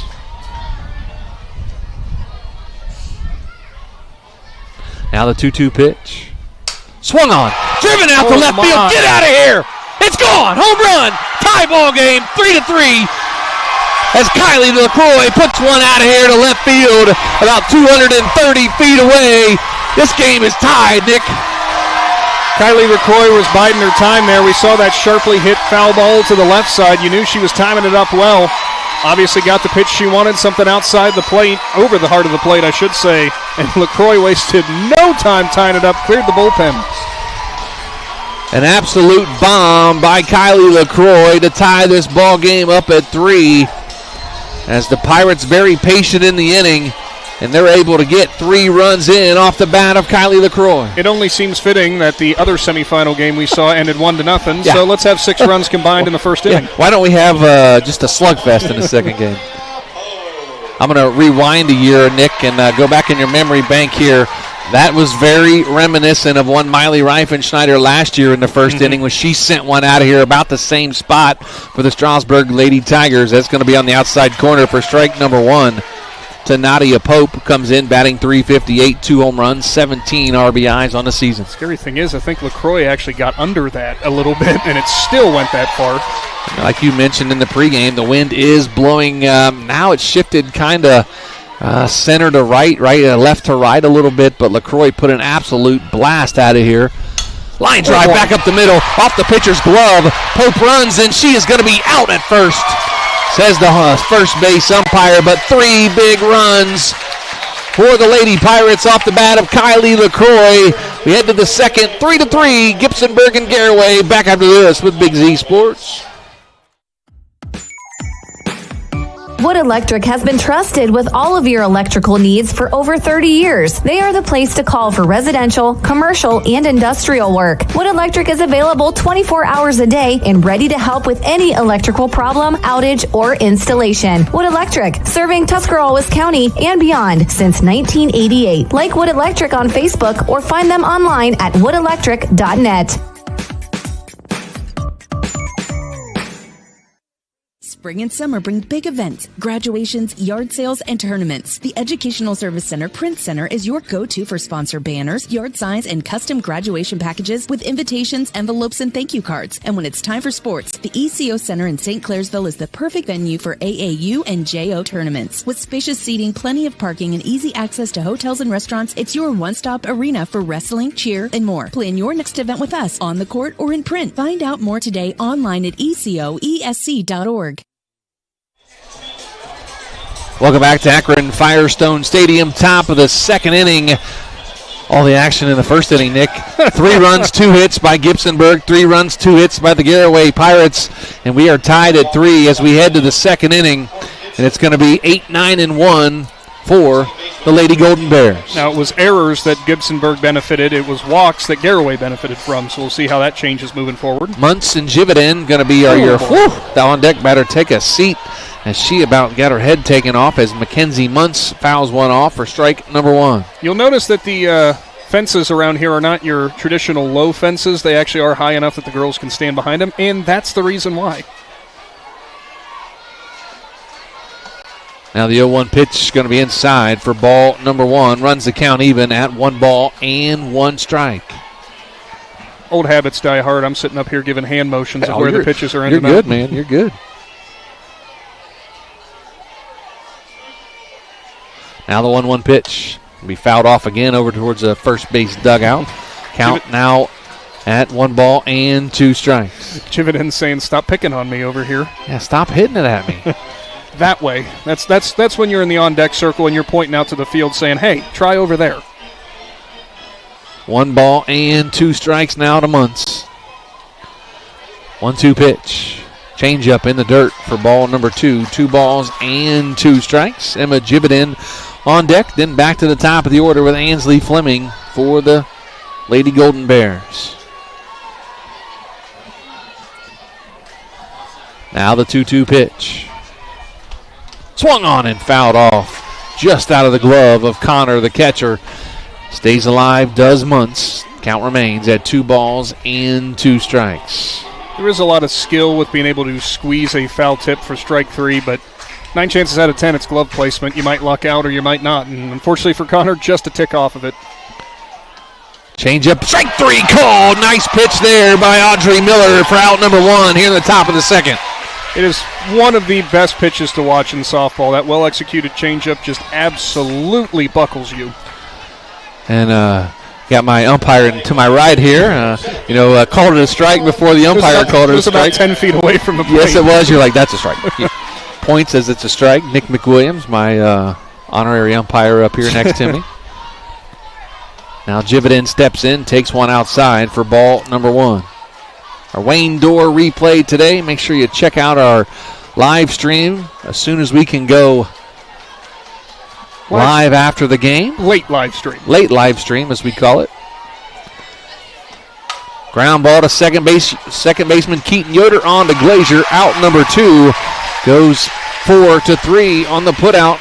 Now 2 outs and back to the top of the order. And Ansley Fleming, the shortstop, grounded out to the third baseman, Jaylene Jimenez, in the first inning.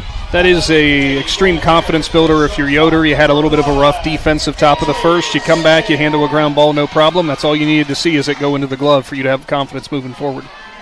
You know, the Lady Pirates want to get those hot bats back into the dugout and back out swinging them as they're trying to get through here. Back to the top of the order now. First pitch to Fleming, low for ball number 1. Ansley Fleming, like I mentioned earlier, came into the season batting .333 with 17 RBIs and 31 runs scored on the season. The lone senior. Swing out and fielded by Jimenez, and she is not going to get it there. That's going to go down as an E5. She could not get the handle on it, and Fleming going to be on base after the error by Jimenez at third base. These balls hit off the end of the bat. I don't even know if necessarily it was off the end of the bat, but it had a lot of spin, and obviously Fleming's got a ton of speed heading down to first, so Jimenez, I think, got caught up with the idea of trying to get the ball down there before it was in her glove. Number 2, Cheyenne Reese, the catcher, coming up. She had a base hit her first time and came around to score. Tie ball game, top of the second, 3-3. Fouled off back to the screen for strike number 1. Big thanks to Jeff Wallach LLC today, jumping on the Garaway Lady Pirates broadcast, and we appreciate all what Jeff Wallach LLC does for Big Z Sports and the area. I see some Wallachs in the crowd today. One, Jeff's brother Jason, the head football coach here, watching the Lady Pirates. Going to be swung on to right field. LaCroix steps back, makes the catch, and that's going to do it for the top of the first as Gibsonburg gets a runner on, but nobody can get her in. And after 1.5, we're tied at 3. Back after this with Big Z Sports. Located right off 39 east of Sugar Creek Cartage Company is a family-owned and operated business since 1953 and are looking for qualified Class A CDL flatbed drivers. They offer competitive pay and great benefits like paid family insurance at no cost to employees. At Sugar Creek Cartage Company, they are big on family comes first, and you are more than just a number. Contact Ashley Rodocker Monday through Friday, 8:30 to 4:30 at 330-852-2213. Go Pirates! Eagle Machinery and Supply in Sugar Creek is your Sempico dealer, carrying Gaso Cleanse and Diesel Max fuel conditioners, 2-cycle oils for mowers, leaf blowers, and chainsaws, plus Mega Molly, Syntho Lube, and fifth wheel greases. Check out Sempico fall cleanup and winterizing products too. Eagle Machinery builds hydraulic hose assemblies and offers cylinder and pump repair, plus welding and machining services. Join the Eagle team. They're looking for machinists, fabricators, and electricians. Go to eaglemachines.com for details. Between Gibsonburg and Garaway. Nick, a lot of action in that first inning. Garaway, nice top of the second inning as Miller gets Fleming on base with the error by the third baseman, but gets out of it with a fly out to right field, so the hot bats of the Lady Pirates going to come up.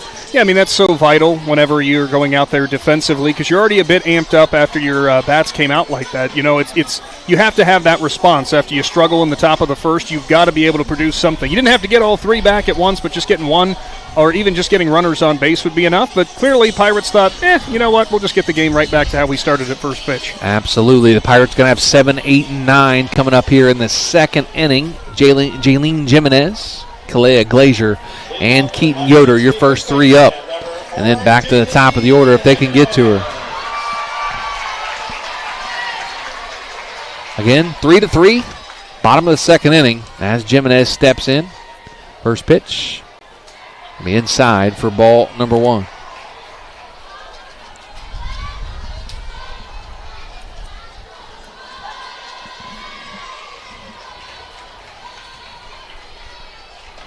Next pitch from Wofford, swung on and missed by Jimenez. Runs the count even now at 1 ball and 1 strike.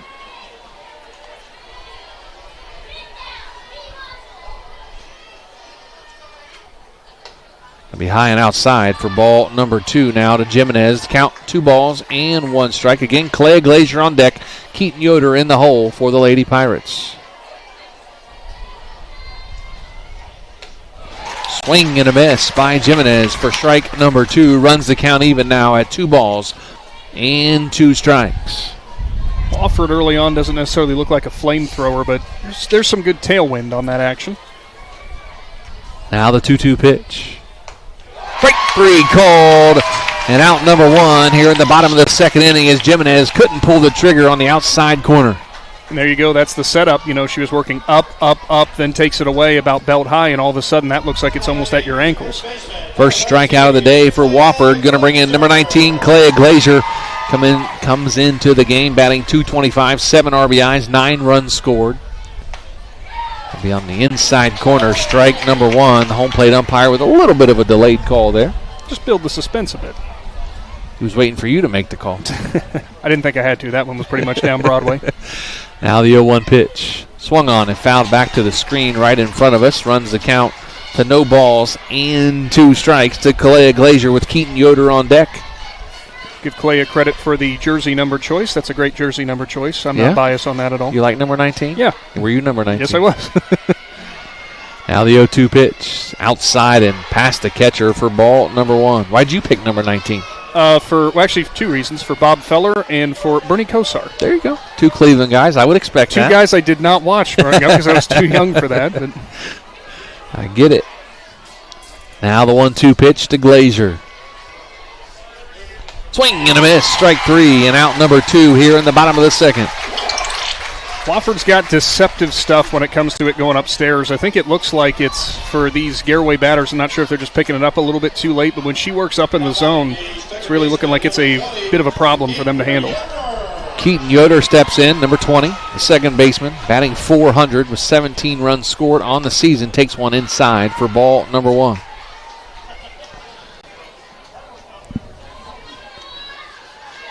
She's only played in 23 games on the season. She started as a backup and really turned the corner about midway through the season, and really has turned it on as ball number 2 called by the home plate umpire as Yoder ahead in the count now, 2 balls and no strikes. It'll be low and inside for ball number 3. Great eye by the freshman Keaton Yoder to run the count to 3 balls and no strikes. Krista Miller on deck for the Lady Pirates. Tied with the Lady Golden Bears here in the bottom of the second inning, at 3, tied 3-3. Now the 3-0 pitch inside for ball number 4 as Keaton Yoder draws the walk. Back to the top of the order, Krista Miller got things started off with that single, so if you are the Pirates, you're really loving the fact that you've got it back to the top of the order, but with 2 gone, obviously no sacrifice or anything in order here. So number 7, Krista Miller steps in. She singled through between the third baseman and the shortstop her first time up and came around to score on the home run by LaCroix. Inside corner, strike number 1. Third baseman Inna Moore was coming in to play way in front of the base before her coaches chased her back, saying, no, don't worry about the bunt. Yeah, no, she's not going to bunt. Outside for ball number 1. They're going to throw down to try to get her. No, she's going to be safe as the ball hits her as she slides head first, does Keaton Yoder into second, and that turf is not very forgiving, Nick. No, we've seen a couple of players try to go the full-out sprint dive on the slide, and they're not used to sliding on turf, you can tell. It's more fun when it's wet. Yes. Oh, you go much farther when it's wet, too. Now the 1-1 pitch, going to be high. Ooh, he called that a strike, a late strike. I thought it was a little high in the strike zone. He called it a strike. 1 ball and 2 strikes now to Krista Miller, the center fielder for the Lady Pirates. Now the 1-2 pitch. Swung on. Hit out to center field, little can of corn, and that's going to be out number 3. And after 2, the score remains 3-3. Back after this with Big Z Sports.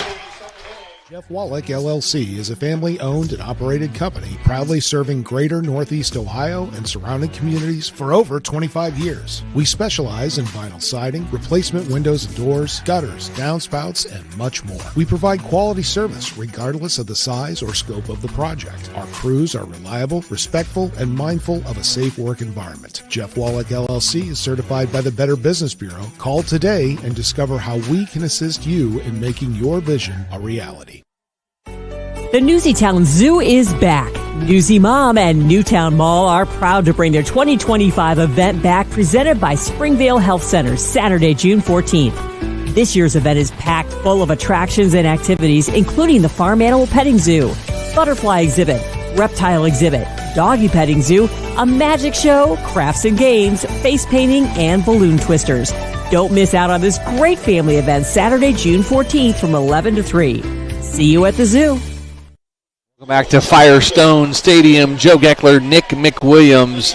Top of the third inning, all tied at 3 as Gibsonburg Lady Golden Bears come back with 3, 4, and 5. Amore, Hall, and Wofford. First pitch from Audrey Miller.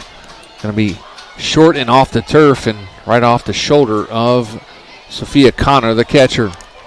It's one of those situations for Connor that if you're behind the plate, if you're able to grab that off the bounce, you still try to frame it and say, hey, Blue, look. Still looks good. Still went across the plate. Mm-hmm. Don't mind it bounced before it got here.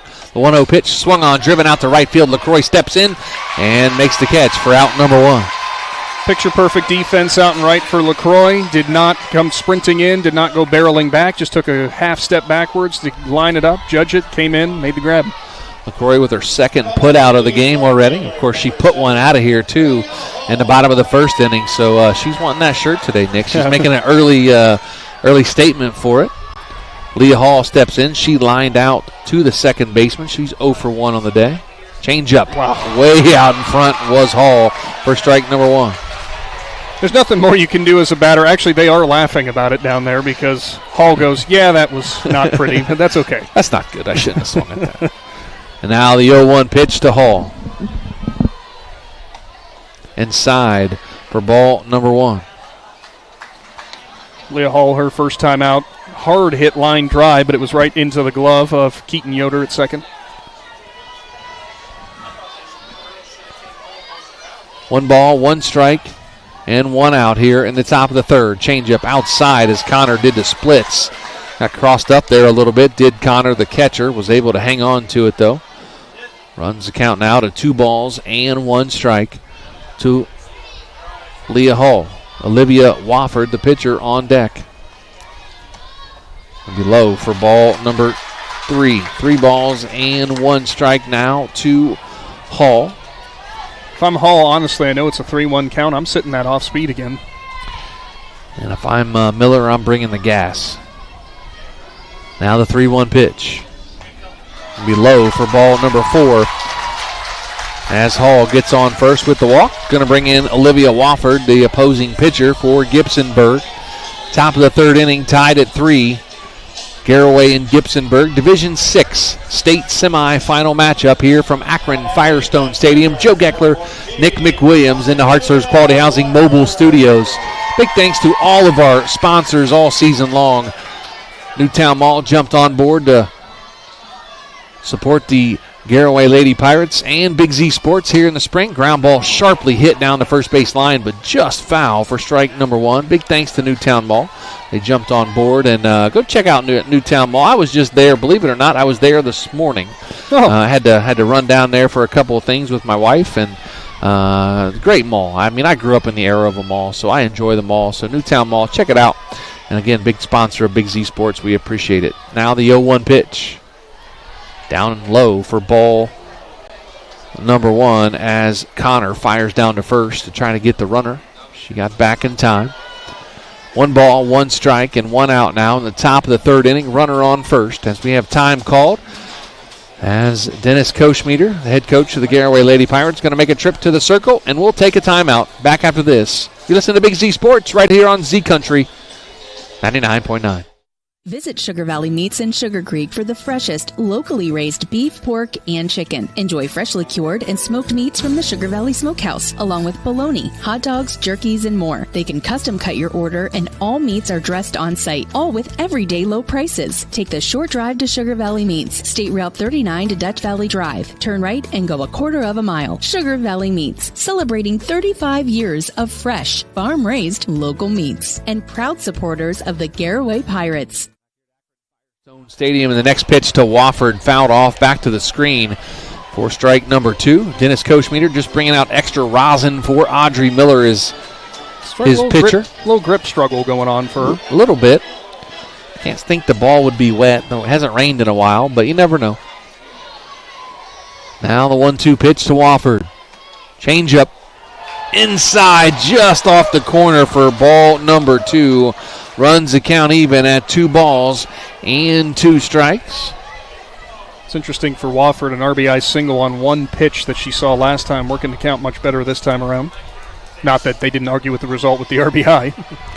2-2 pitch. Swung on and missed. Strike 3 and out number 2 here in the top of the 3rd inning. Felt like an entire setup.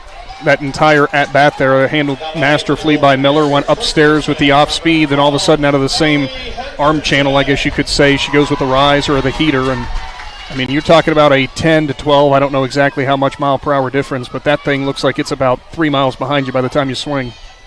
Now Emily Henderson steps in and takes the ball outside.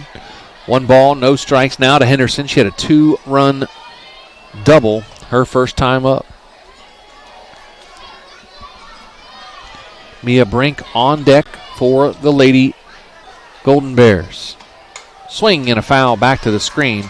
Runs the count even now at 1 ball and 1 strike. Big thanks to Sugar Valley Meats for jumping on our broadcast here today. Sugar Valley Meats in Sugar Creek. Great local meat store if you want some good meat for the upcoming July 4th holiday or just a Father's Day coming up. Nick, you get to celebrate Father's Day this year. Ground ball going to be to Yoder at second. She fields and flips on to first, and that's going to be out number 3. And after 2.5, score remains tied at 3. Back after this with Big Z Sports on Z Country 99.9. Ron's Heating and Cooling in Denison has been serving this great area since 1977. At Ron's, no matter what you need, they can handle it. From heating and cooling to standby Generac generators, water heaters, tankless water heaters, mobile home equipment, duct cleaning, and 24-hour no-heat service. Winter, spring, summer, or fall, all you have to do is call 740-922-5252. Ron's Heating and Cooling proudly supports high school sports and would like to wish best of luck to all local athletes participating this season.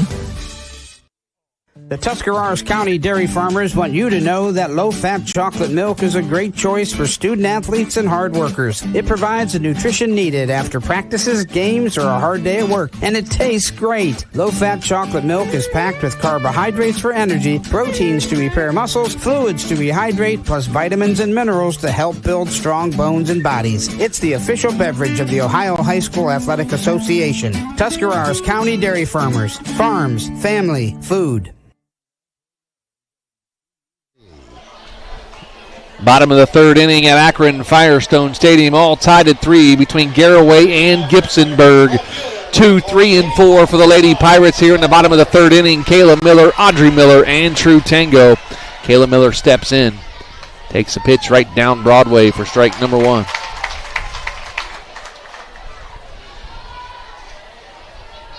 So Kayla Miller. Another outside corner strike called. No balls and 2 strikes to Kayla Miller. Came into the game batting .366. What'd you have her do the first time up? I had her walk. She walked, that's right. Did not mark that. So she got on and scored on the home run by LaCroix. Just outside for ball number 1. I'm wondering for Miller, she went outside, clipped the corner twice, just missed outside there. She's going to try to bust it down and in. So now the 1-2 pitch to Kayla Miller. Swung on to third base. Nice play by the third baseman, Amore. Fires on. I think she's safe. No, she dropped it. The umpire wanted to call her out, but it popped out of the first baseman's mitt of Emily Henderson. And Kayla Miller going to be safe at first base. We'll go with, at least I marked down a single for Kayla because I think she might have had that beaten out regardless. I think she would have beat that even though the umpire wanted to call her out. I think she was going to be safe regardless, like you said, Nick. So I'm going to give that a base hit to Kayla Miller. And it is important to note this is a state tournament, state-level game now in the tournament, so replay is a thing. And they did give an error to them, the official score here. So I'm going to trust the official scorer, not us. So we'll call it an E. That would be an E, probably an E3, wouldn't you think? Yes, it would be. First pitch to Audrey Miller was a strike, but there's nothing on the scoreboard. I'm just going to keep signaling it for you. Come on. Squares the bunt. It's going to be high for ball number 1. So Audrey Miller steps in. She had to sacrifice her first time up. Got the runners over to second and third. So 1 ball. Squares the bunt, does it, fields it by Amore. She fires to first, and that's going to be the out number 1 here in the bottom of the third. Back-to-back sacrifices and back-to-back plate appearances for Audrey Miller, and this is why we say it's so huge to do your job. That's how you manufacture runs. Freshman True Tango steps in. She grounded out to Amore at third. Amore has had a lot of action down there at third base. Only a freshman, third baseman for Gibsonburg. Outside for ball number 1. Kylie LaCroix on deck for the Lady Pirates with only 1 out here, bottom of the third inning. I'll be surprised to see if Gibsonburg maybe tries to pitch around LaCroix this time. Outside for ball number 2. 2 balls and no strikes to Tango. And she grounded out to third her first time up, 0 for 1 of the day. Came into the game batting .379 with 2 home runs. Swinging and a foul right back at us into the screen for strike number 1. For Tango here, obviously, priority number 1 is get on base safely. But if you can, try to put something in play on the right side, especially a gap on the right. Should be almost a guarantee to get Miller home. Now the 2-1 pitch to Tango. Swing and in off the handle, in off the hands, and out as a pop out to the pitcher by True Tango for out number 2. Okay, to my point of trying to put it in play on the right side when it's jammed in on your hands, that's kind of difficult to do. That's going to bring in Kylie LaCroix with a 3-run bomb under her belt here today. Her first at bat She's 1 for 1 on the day. Knocked in all 3 runs for the Lady Pirates. Be low for ball number 1. I don't expect Kylie to see much good hittable, good drivable location on this at bat. But then again, look what happened last time. Wind's picked up a little bit in our backs again. Now the 1-0 pitch. It'll be low for ball number 2. Wofford learned her lesson because the 3-run homer was up in the zone. Then it got up in the jet stream and almost reached the road out there. I tell you what, if we're ever here for a game at Firestone and we see a ball reach the outfield there, somebody from a professional softball league, the AUSL that's coming in, they really need to make contact. That'd be a 300-foot shot. I'm not sure. I think more than that even. Yeah, maybe 320, 330. Popped back here in front of us, and that went through the opening of the screen for strike number 1. It just kept coming back. I'm like, oh, it missed the screen altogether. I was kind of expecting Adam Soweski to go make the dive for that, but he didn't move. Yeah, he doesn't. I'm not sure he was paying attention, to be honest with you. Now the 2-1 pitch, high and outside for ball number 3. 3 balls and 1 strike to Kylie LaCroix. Nadia Pope on deck for the Lady Pirates. Tie ball game, bottom of the 3rd, 3-3 with Garaway and Gibsonburg. Now the 3-1 pitch. Outside corner, strike number 2. Runs the count full now at 3 balls and 2 strikes. 2 outs. Bottom of the 3rd inning. Runner on second is Kayla Miller. As Wofford gets her sign, now rocks and fires. Swing and a foul back to the screen again by LaCroix. Count remains full. 3 balls and 2 strikes. What's interesting is that taken strike for strike number 2 from LaCroix was very close to the same spot that she drove out of here into left field. Wofford might be living in the danger zone if she tries it again. Now the payoff pitch again. Swung on, driven out to left field. That's going to be short this time. Left fielder coming in, cannot make the catch, and that's going to be a run scored by the Garaway Pirates on the error by the left fielder as Kylie LaCroix gets her 4th RBI of the day, and the Pirates lead 4-3 here in the bottom of the 3rd. You got a feel out there in left field for Leah Hull because she was racing in on it. Initially, I think she thought maybe it was just going to hang up on the infield. She was coming in trying to make a basket catch right off the end of her glove, though. Unfortunate for her and really unfortunate overall for this game. Both these teams have actually struggled quite a bit on defense. 4 combined errors now. As Nadia Pope steps in for the Lady Pirates. High for ball number 1. Nadia had the unfortunate carom her last time up, a 1-4-3 ground out. You don't see that very often. You do not see that as it went off the pitcher's glove to the second baseman. Swung on and fouled back on the roof here. Maybe you hear it. Yep. And it's going to roll off and no car this time. Roll out to an empty parking spot out there. So 1 ball and 1 strike now to Nadia Pope. One of Akron's finest is going to walk over there for it. Checked her swing. Going to check down to the first base umpire, and she did not swing. Runs the count now to 2 balls and 1 strike. The official score here at Akron Firestone Stadium, they did give LaCroix a base hit on that. I saw that. So I'll mark off the error as I gave the error to the left fielder. Inside for ball number 3 now at 3 balls and 1 strike. So an RBI single now by LaCroix. She's 2 for 2 on the day. I thought it was an error. Went in her glove and popped out, but it's a tough play. What it is. Full sprint trying to get that basket catch. Now the 3-1 pitch. Swing and a miss. Strike number 2 runs the count full now to Nadia Pope. She's 0 for 1 on the day. Came into the game batting .358 with 17 RBIs and 2 home runs. For the Lady Pirates, have a runner on second. That's going to be LaCroix. 3 balls, 2 strikes, 2 outs. Bottom of the 3rd, 1 run in.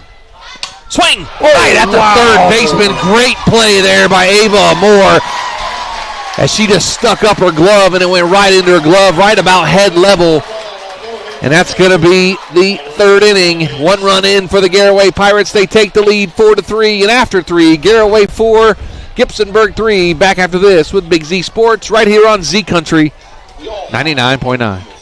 The Tuscarawas County dairy farmers want you to know that low-fat chocolate milk is a great choice for student-athletes and hard workers. It provides the nutrition needed after practices, games, or a hard day at work, and it tastes great. Low-fat chocolate milk is packed with carbohydrates for energy, proteins to repair muscles, fluids to rehydrate, plus vitamins and minerals to help build strong bones and bodies. It's the official beverage of the Ohio High School Athletic Association. Tuscarawas County Dairy Farmers. Farms, family, food.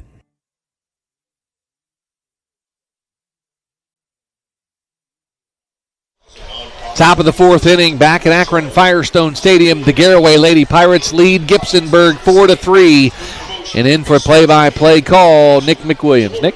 Yeah, I got to shift gears now and change which hats we're doing. You do? This is always a little Unless bit you don't want to. I can keep going. No, you're good. I got an inning or two here. Audrey Miller back in the circle for the Garaway Pirates. Standing in, leading things off now for Gibsonburg, and swinging on the first one she sees. Fouled off to the right side is going to be Mia Brink. She struck out her first time up on just 4 pitches. Something I wanted to say here for sure. We've been thanking our sponsors and thanking the folks with Akron Firestone Stadium. Also a big thank you again to the Akron Police Department, who we always see out here handling parking, handling security. Thank them a lot for all that they do. Next offering from Miller was a off speed that almost didn't make the plate. Now 1-1. Yeah, big thanks to the men in blue and the men in the fire department. We appreciate all their efforts every year, no matter where we're at, no matter what we're doing. Miller winds, fires. That was well low and bounced in off the glove of Connor. So now 2-1.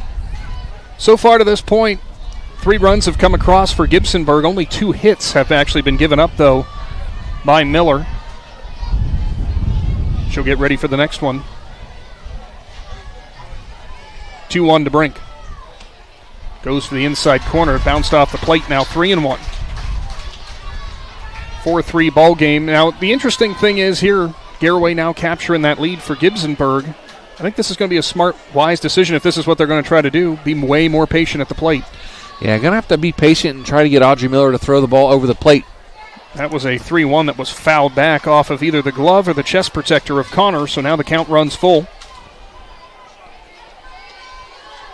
As we get headed towards summer, make sure you give Ron's Heating and Cooling a call to get your AC tuned up if you need it. I'm yet to turn my AC unit on. Really? Yeah. 3-2 offering. Swung on and a foul tip glove behind the plate by Connor. Another punch out there for Audrey Miller, and out number 1 in the top of the 4th. Her 4th strikeout of the day for Audrey Miller, and that's going to bring in the number 8 hitter, Mackenzie Muntz. Muntz a strikeout looking her last time up. Good job for Connor, too. She had one of those earlier in the game that was fouled off the glove, and she couldn't quite corral it. There she proudly showed it off to everybody here at Firestone. Miller gets set, rocks and fires, tries to go inside, but runs it too far inside on Muntz. Big shout out to the Dover Lady Tornadoes as they advance to the Division III state title game tomorrow night at 8 o'clock right here at Akron Firestone Stadium. Make sure you catch all the action on Big Z Sports on our YouTube channel and on 99.9 WTUZ as the Dover Lady Tornadoes looking for their first ever state championship in softball. That would be quite the feat for the Lady Tornadoes, and of course on our YouTube channel it will be a replay due to OHSAA contractual agreements. We are unable to live stream it, but Casey Claxon and company are always quick on getting that up once the game does go final. Next offering, tails just away off the outside part of the plate, now 3-0. Looked like Connor was set up inside, and Miller hit the outside part. Might have clipped the plate, but when your catcher's glove is moving so far from in to out, it's very rarely going to get called a strike. So Miller, her 3-0 to Muntz, who was taken all the way, and it's right down the pipe now, 3-1. But again, big congratulations to the Dover Lady Tornadoes. Hannah Duff, head coach, Jim Morris, Coach Mo, the assistant coach, and Brittany Kale. Yeah, I was going to say Kale. If you know that name anywhere, Chris Kale's daughter, assistant coach for the Lady Tornadoes. 3-1, swung on, tapper, right side, and that is over the first baseman's glove, and they are going to call it a foul ball because Glazier did not touch it. And thankful for her that she did not end up touching it as it went right up over top of her glove and hit on the right side of the chalk line. So might have just bailed out Garaway there on what could have been a Baltimore chop single for months. Baltimore chop off the turf. You used to see that when I was growing up when they had turf on AstroTurf, and it was about a half-inch thick off concrete. Yeah, that would be like a Super Bowl getting hit out there. Jeez. So it's a 3-2 count now to Muntz. Miller ready. Rocks, fires. Goes for the inside corner, drops too low. So a good at bat for Muntz as she'll draw the walk and is a one-out base runner, and it brings up Emma Jividen, the center fielder, who ground out to Yoder at second her last time up. Connor will go out and bark out some orders to her infield, getting ready. Jimenez at third will play in, maybe expecting a sacrifice attempt here. Of course, if Jividen is able to get on without a double play being turned here, we do go back to the top of the order for the Tigers. Or, pardon me, Golden Bears. Black and orange, I get it. I almost did it too. First one offering too high there to Jividen. Now, the mistake I actually made during the week, because we were promoting this game, I kept saying Tigers, and it's because I saw the logo and thought it was, and then I looked closer, I'm like, wait, no, that's a bear paw. What am I doing? So apologies to anyone from Gibsonburg. But we are looking at a team that's orange and black that we've looked at for the last 3 years. So 1-0 fouled straight back towards us. It is kind of strange not to be calling a Strasburg Lady Tigers game here in Akron this year. Like I said, 3 years in a row. But you know what? All things come to an end, and you only lose 2 seniors off that Strasburg Lady Tigers team. So they're bound to make another run next year. Roxon fires. That one was fouled back off of the mask of Connor. Now it's 1-2. Also, looking over to right field, the other field that's here at Firestone. Division 5 game is going to be coming up next after this one. We were not going to be broadcasting, of course, but the Oak Harbor Rockets taking on the Wheelersburg Pirates, rather, out there, going to get ready for their game. They'll be taking on Liberty Union. Yes, they will. 1-2, swung on and fouled away, will stay alive. A lot of talent in that ball game, Nick, as Wheelersburg has 2 players going to big-time college softball. One going to North Carolina, the other one going to Maryland. They have another pitcher going to a smaller D1 school, but Liberty Union's pitcher is going to UCLA. So Division I all over the place in that one. A lot of talent. 1-2, off speed, back up the middle, glove cleanly, and on to first, and just gets the short out, does Miller. She has a web gem and turns it over to first base. Maybe could have turned 2, but instead just gets the second out. So Jividen retired there on the ground ball, back up to Miller. You know, when the ball comes back at you that fast and it hits your glove, that's the first thing you're doing, first base. And if it would have been a slow roller, she may have turned and looked at second, but you know what? Miller did the right thing, got an out on the plate, and then back to the top of the order now. Ansley Fleming has hit it to third base both times she's been up. One was a ground out, one she reached on an error. So Jimenez will be ready just in front of third base. Miller will rock, deal. Goes for the outside corner, and it's there for a strike. It's funny to hear the 2 fan bases, Gibsonburg to the first base side of home plate, Garaway to the third base side of home plate, and Garaway fans liked the call. Gibsonburg fans did not. They thought it was outside. The 0-1. Swung on and missed. Goes outside to Fleming, now 0-2. That's the funny thing. It's always like 50-50 happy. I don't understand why. I can't. Well, there's a 100% chance that the umpire is going to make 50% of the crowd. How's that go? I messed this up last time. No, I know what you're going with there. You're going to make 50% of the crowd mad 100% of the time. How about that? Off speed, just missed the outside corner. I butchered that the last time I tried It's impossible to make everybody happy. Go that route. I would agree. Fleming will dig back in here. Miller, runner on second. Her team leads 4-3. State semifinal action. Live here from Akron, Firestone. Winner goes on to the state championship on Sunday. That one tapped left side. Jimenez again. Fields not going to have a throw. So Fleming for the third time hits it over to the third base side. This time it's an infield single, and you got runners at the corners with 2 gone. Up next, Cheyenne Reese, who has a single and a fly out to right. And you know, for Jimenez there was coming in, I think she thought there was going to be tailspin. It could have hooked towards the line, but that one stayed dead straight. Defense going to get aligned here for the Pirates with Reese coming in. Fleming has a ton of speed at first, so we'll see if there is a potential throwdown just cut off by the shortstop or second baseman. Try to bait the runner to come home from third and get gunned out. First delivery, line drive to the right side, and it's between the first and second baseman, and we got ourselves a tie ball game as Cheyenne Reese delivers the RBI single right past the glove of a diving Keaton Yoder. Reese has went to right field all 3 times here today, and that one knocks in a run as Muntz scores from third and Fleming up to second. Ava Amor, a single for her and a line out in this ball game. Line out to right her last time up. This top of the order for Gibsonburg has been pushing the ball to the right, other than Fleming, who's hit it to the third base side. They've had a ton of putouts off to the right side. First delivery from Miller cuts too far inside, now 1-0. Well, if you look at it, Nick, the run, the like you said, the top of the order all going to the right side.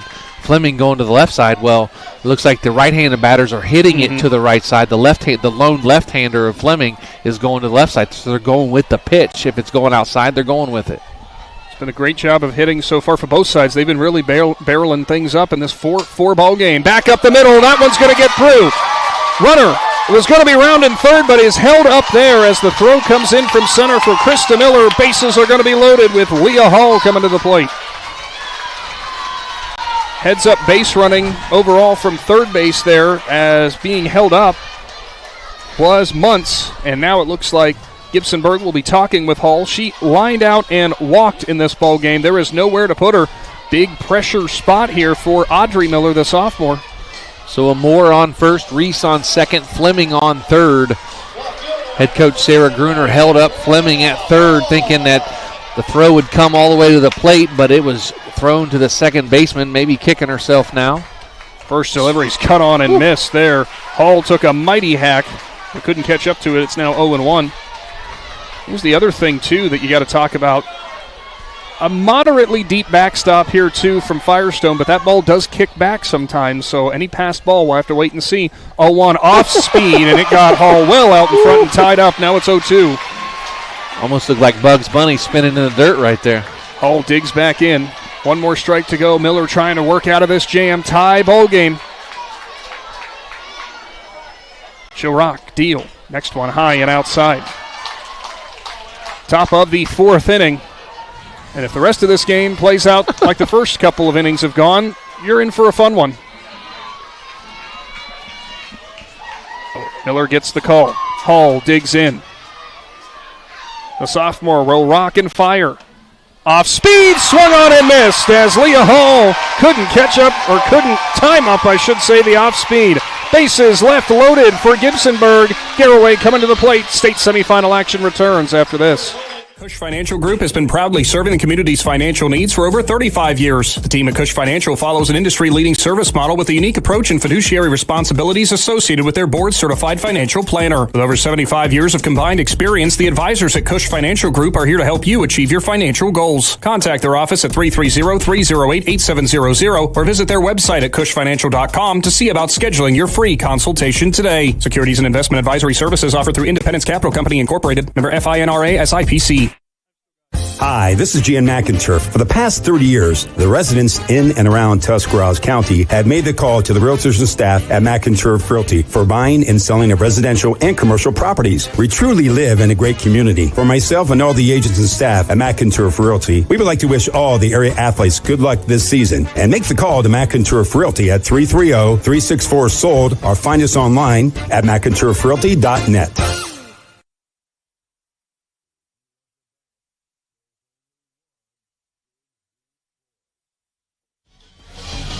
Back to Akron Firestone and the Hartzler's Quality Housing mobile studio, as it is the bottom of the fourth inning. 4-4. Gibsonburg does plate a run thanks to a Cheyenne Reese RBI single. With a tie ball game and Garaway coming up to the plate, already swinging some hot bats. We'll see what the Pirates have in store here. As we mentioned, the earlier game that we got to see with Tri-Village picking up a win over Dalton, 1-0. Of course, we were ready for some offense, and both these teams have been delivering so far, albeit at the sake of clean defense. 5 combined errors so far. Yeah, for sure. Is 5 errors, like you mentioned. 4 runs, 5 hits, 2 errors for Gibsonburg. 4 runs, 2 hits, 3 errors for the Lady Pirates. But been an action-packed first 3.5 innings for sure. So leading things off, Jaylene Jimenez. She struck out looking her first time up. That is the interesting part here. Garaway has been, to this point, barreling up some stuff. They've had some pretty good contact. It hasn't necessarily found an open gap with those only 2 hits going on, but they have made Gibsonburg pay for some errors. Jimenez up in the count 1-0 after she watched the first one in the turf. The next one is going to run at the letters just above them, in fact, so it's now 2-0. Big thanks to our boss, Adam Soweski, for grabbing us some waters. We appreciate that. as he is here. He's been here for a long day today. He's been here. I think he listened to your and Conley's whole show while he was here today. The 2-0 is fouled off to the right, and a fan over there couldn't make the grab. Now he's hearing about it. And you got to give that ball back. There's no souvenirs in high school softball. I think that's for one of the games coming up. Centerville. It will be Centerville. Yep. 2-1. Goes outside, way outside. Now 3-1. It's the easiest ones that are hit right at you that make it the hardest. For sure. It's when you just put your hand up at the last second, you catch it because it sticks to your hand. Because it sticks to your hand after it hits so hard. Wofford slams the ball into her glove. She'll rock and fire for the 3-1. Swung on. Jimenez Get out of here. pops it up to the right side. Trailing back towards the warning track and making the grab just in front of that warning track. Over there in right field is Jimenez. So Jimenez gives it an opposite field ride. Jimenez to Jimenez, yes. Opposite field ride, but it is a fly out. So coming up next, take it back. That's actually Maya Brink out there in right. It is Clea Glazier will come in, the first baseman. She struck out her first time up. Jimenez in center. Yes. Our apologies. Wofford kick, steals, runs to the inside corner, and it's there for a strike. I know we have some umpires listening. Can we get somebody to call strikes right away? Quickly? Gosh. The 0-1. Swung on and missed. Goes upstairs. That was a similar story in the first at-bat for Glazier. They worked her up. Did Wofford throughout the at-bat. She had a hard time getting on top of the ball. See how she adjusts here with the 0-2 upcoming. Next delivery is cut on and missed. So a 3-pitch punch out there for Wofford for out number 2. Keaton Yoder now coming to the plate for the Pirates. Yoder worked a walk her last time up, stole a base. Really feels like both these teams are kind of matching pace with each other. You know, the anything you can do, I can do better, and that's kind of where we find our score there, knotted up at 4. First offering to Yoder is going to be a strike called at the knees. The second inning was pretty quiet by both teams. Garaway put a run on the board in the third. 0-1 goes for the corner, and it's there now 0-2. Top of the fourth, Gibsonburg put a run on to make it 4-4. So really only one inning that's been quiet. Wofford getting ready as Yoder digs in. Looking for a 1-2-3 inning. She'll kick, deal. Inside, and it traces Yoder away, now 1-2. Absolutely beautiful night for some high school softball, which you and I on our trip up here did not think that was the way it was going to be. No, I got obviously coming out of Sugar Creek, coming up to Canton about the Hall of Fame. I was doing about 10 miles an hour because it was like a line drive single up the middle by Keaton Yoder, and that's going to be a base hit, her first of the day. And gets a runner on with 2 outs for the Lady Pirates, back to the top of the order, and Krista Miller. But like you mentioned, Nick, I got to the Hall of Fame there on 77. I drove through the same thing. Doing 10 miles an hour. I couldn't see. Like the rain was coming down so hard. And, we both got here safe. And I know the Lady Pirates bus on the way up ran through the same stuff. But you would think there wouldn't have been any rain in the area at the kind of night we've had here tonight. Krista Miller, a single and a fly out for her to center. First one is high for ball number 1. I've taken over the umpire duties for you. I noticed that. I appreciate it. Wofford, her 1-0. Outside, tails away into the left-handed batter's box. Big thanks to Sugar Creek Cartage for their sponsorship of Big Z Sports and, of course, the Garaway Pirates. We appreciate all they do for Big Z Sports and the Sugar Creek community is Sugar Creek Cartage. Big spot for Krista Miller. 4-4 ball game, 2 outs. Delivered from Wofford inside, and she leans out of the way. Now 3-0. Now, this is why I usually ask Shannon this question. Okay. It's 3-0, tie ball game, 2 outs. Do you give her the green light? No. It is your leadoff hitter. No, you have a runner on first, you're taking all the way. No, you and I would agree in that regard then. The 3-0. Did look like a take all the way, and it is called a strike at the belt, now 3-1. Make her throw you one. Mm-hmm. She struggled the first 3 pitches. That's exactly what Krista Yoder did. Made her throw her one. Now she's ready on a 3-1 pitch. Next delivery from Wofford. Swung on. Tapper left side. Base past hit. The third baseman. Shortstop gloves. Not going to have a throw. Krista Miller was hustling down the line. It is an infield single as that tapper went right past the glove of Amore. Fleming got to it in the hole, but that was not going to be in time if she did deliver the throw. Krista Miller picks him up and puts him down that first base line and gets on with an infield single. Now a runner on second is Keaton Yoder, and Miller on first. Now the twin sister Kayla Miller steps in for the Lady Pirates. 2 out hits are such a huge deal at this point of the season, and back-to-back singles could be a big deal for the Pirates, as the first one's going to be a strike offer to Kayla Miller. She has walked and reached on an error her first time up. That was the close bang-bang play at first that popped out of the first baseman's glove. The 0-1 goes for the outside corner, runs just up. I would guess. Had to be up, because that was over the plate. We can't do the north-south that well from up here. We cannot. We can see the corners, but we cannot see up or down. That must have been up. Wofford's 1-1. Swung on, back up the middle. Glove by the shortstop in Fleming, delivered on to first. Nice stretch over there as the Pirates' scoring chances foiled. 4-4 ball game. We'll be moving things on to the top of the 5th. Big Z Sports returns to Firestone after this. Find your path to success at Buckeye Career Center. Buckeye students earned over 3,000 industry-recognized credentials this past school year, and over 130 students participated in our School to Work program or an internship at a local business. Let us help you get a jump start on your future in a career of landscaping and turf management, pharmacy technician, HVACR, CAD development and design, or any of our over 30 programs. Enroll today for next school year by visiting BuckeyeCareerCenter.org.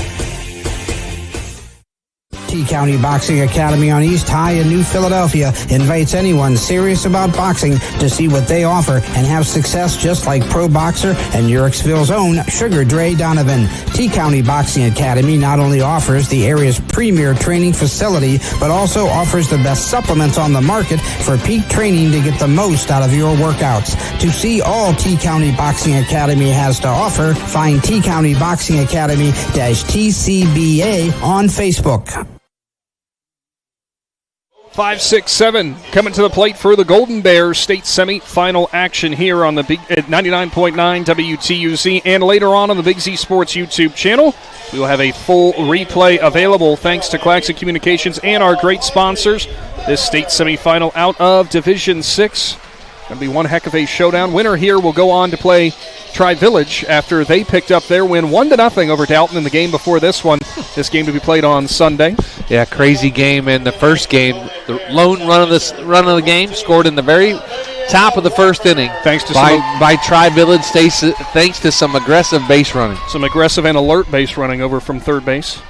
Standing in, Olivia Wofford, RBI single and a strikeout for her. First delivery bounces in, only made it about halfway to the plate as losing the handle was Audrey Miller.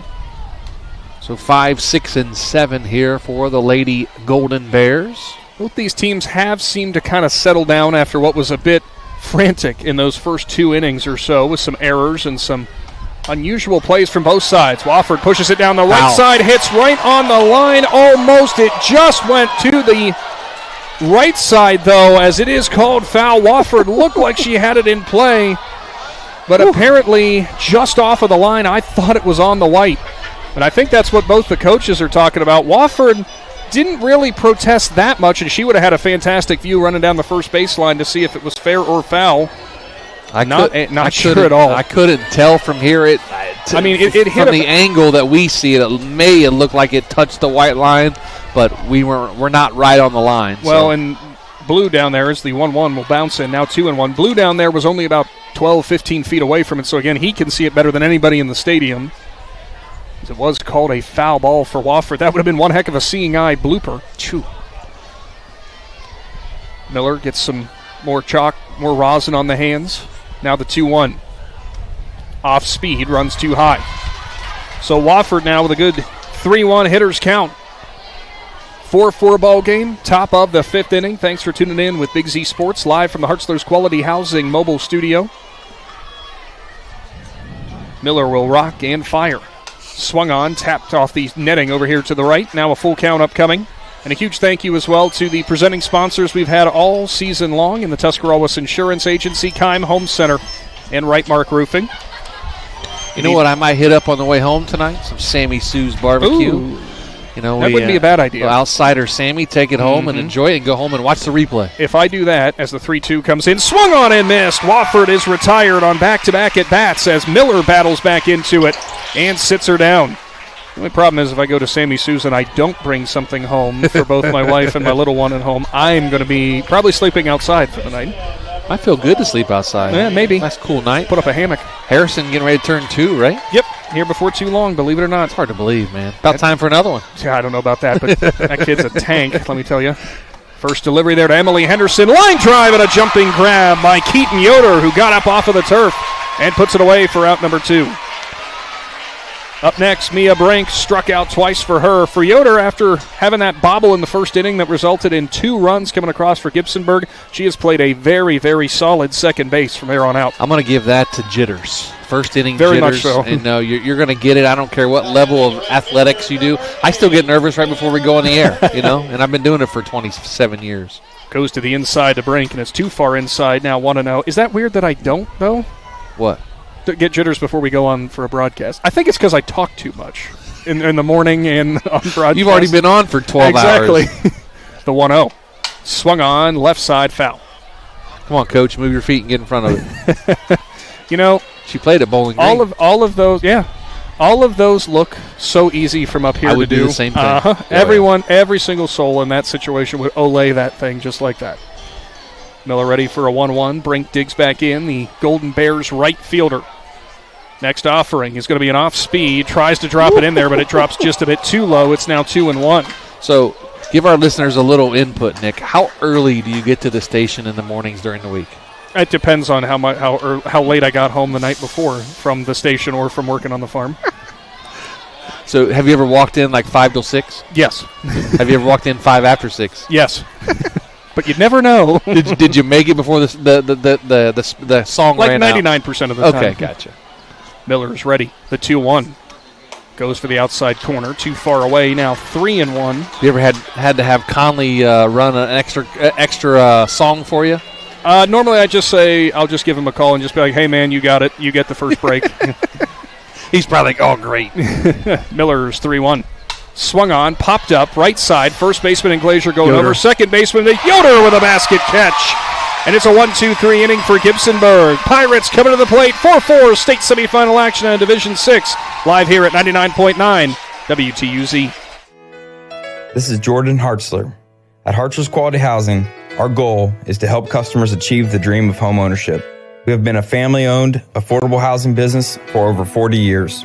We value our customers and have the knowledge and experience to help you walk through the home buying process from start to finish. Conveniently located just off I-77 in New Philadelphia, stop by and browse their model homes or learn more by visiting Hartzlers.com.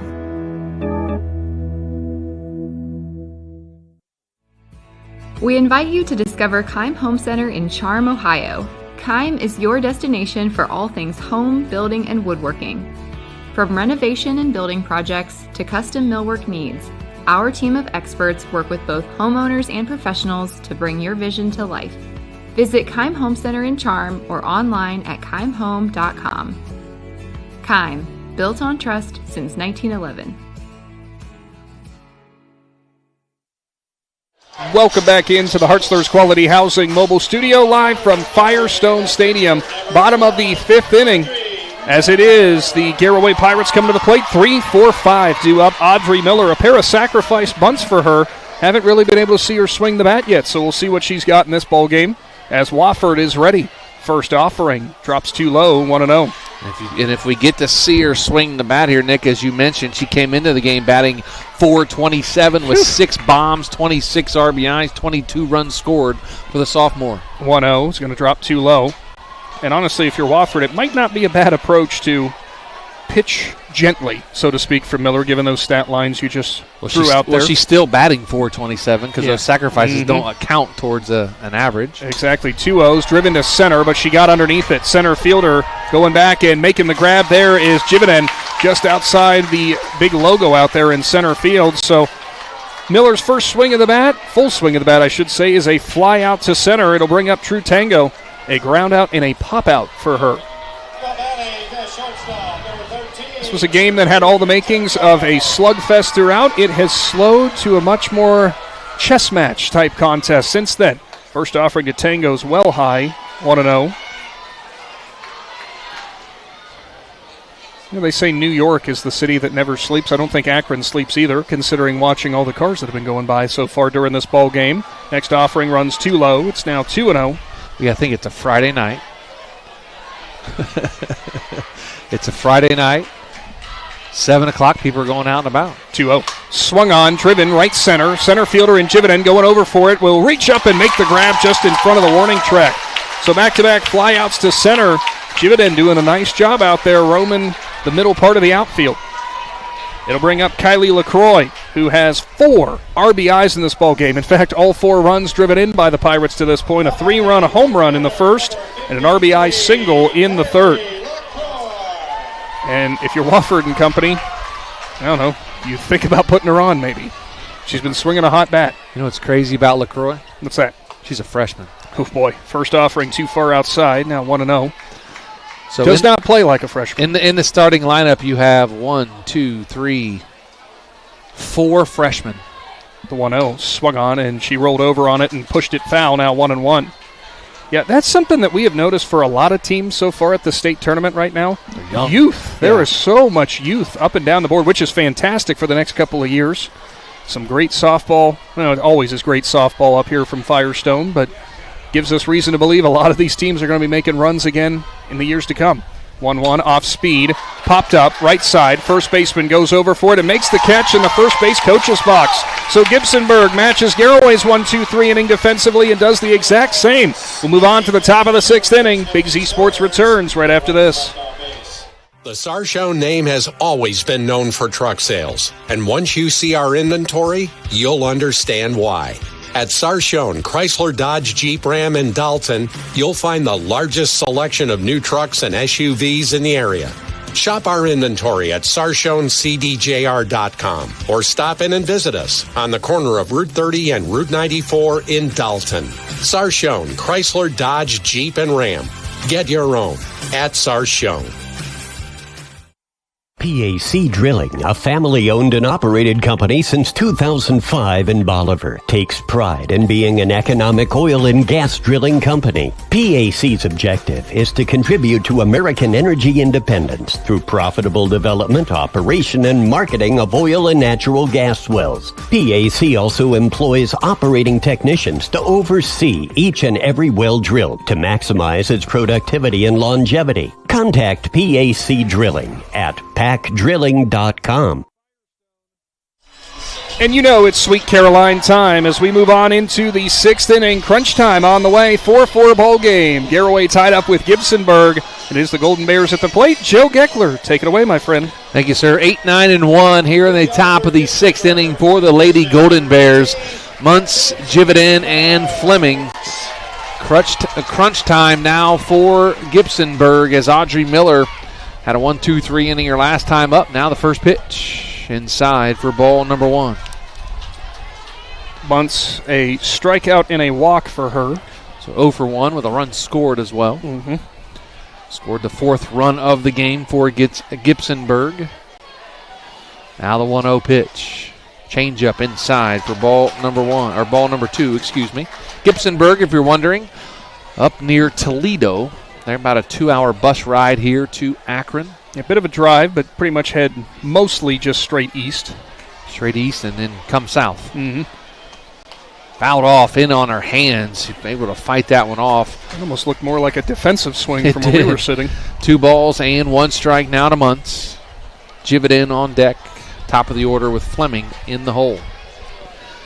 One of the other teams in the next game over there warming up on the outside the right field fence and in the other field. Now the 2-1 changeup in the dirt and off the turf. I believe that is Centerville over there warming up now. That would either be Wheelersburg or Liberty Union. That's the next game. Oh, I thought I saw yellow on the uniforms, so. I believe it's the Division 5 state championship Boy, game. my eyes are not good. Outside corner, strike number 2, runs the count full to 3 balls and 2 strikes. The delayed call about had everyone in a Pirates color very upset, but about it ready was to yell all good. and scream. Now the payoff pitch from Audrey Miller to Muntz. Swing and a miss, strike 3, out number 1 in the top of the 6th inning.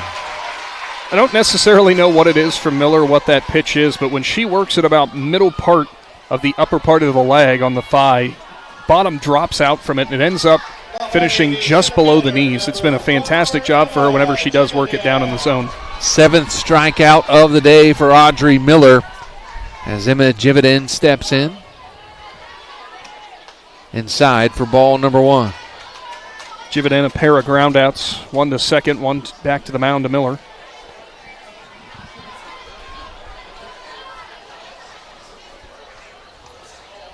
Now the 1-0 pitch. Changeup going to be high for ball number 2. It is an absolutely, we've mentioned this already, but packed house side to side here. Great turnout by both fan bases. I think there's more Garaway fans here, which would be understandable. Little drive distance. 40-minute drive compared to 2 hours. Just outside for ball number 3. 3 balls and no strikes now to Jividan, the center fielder.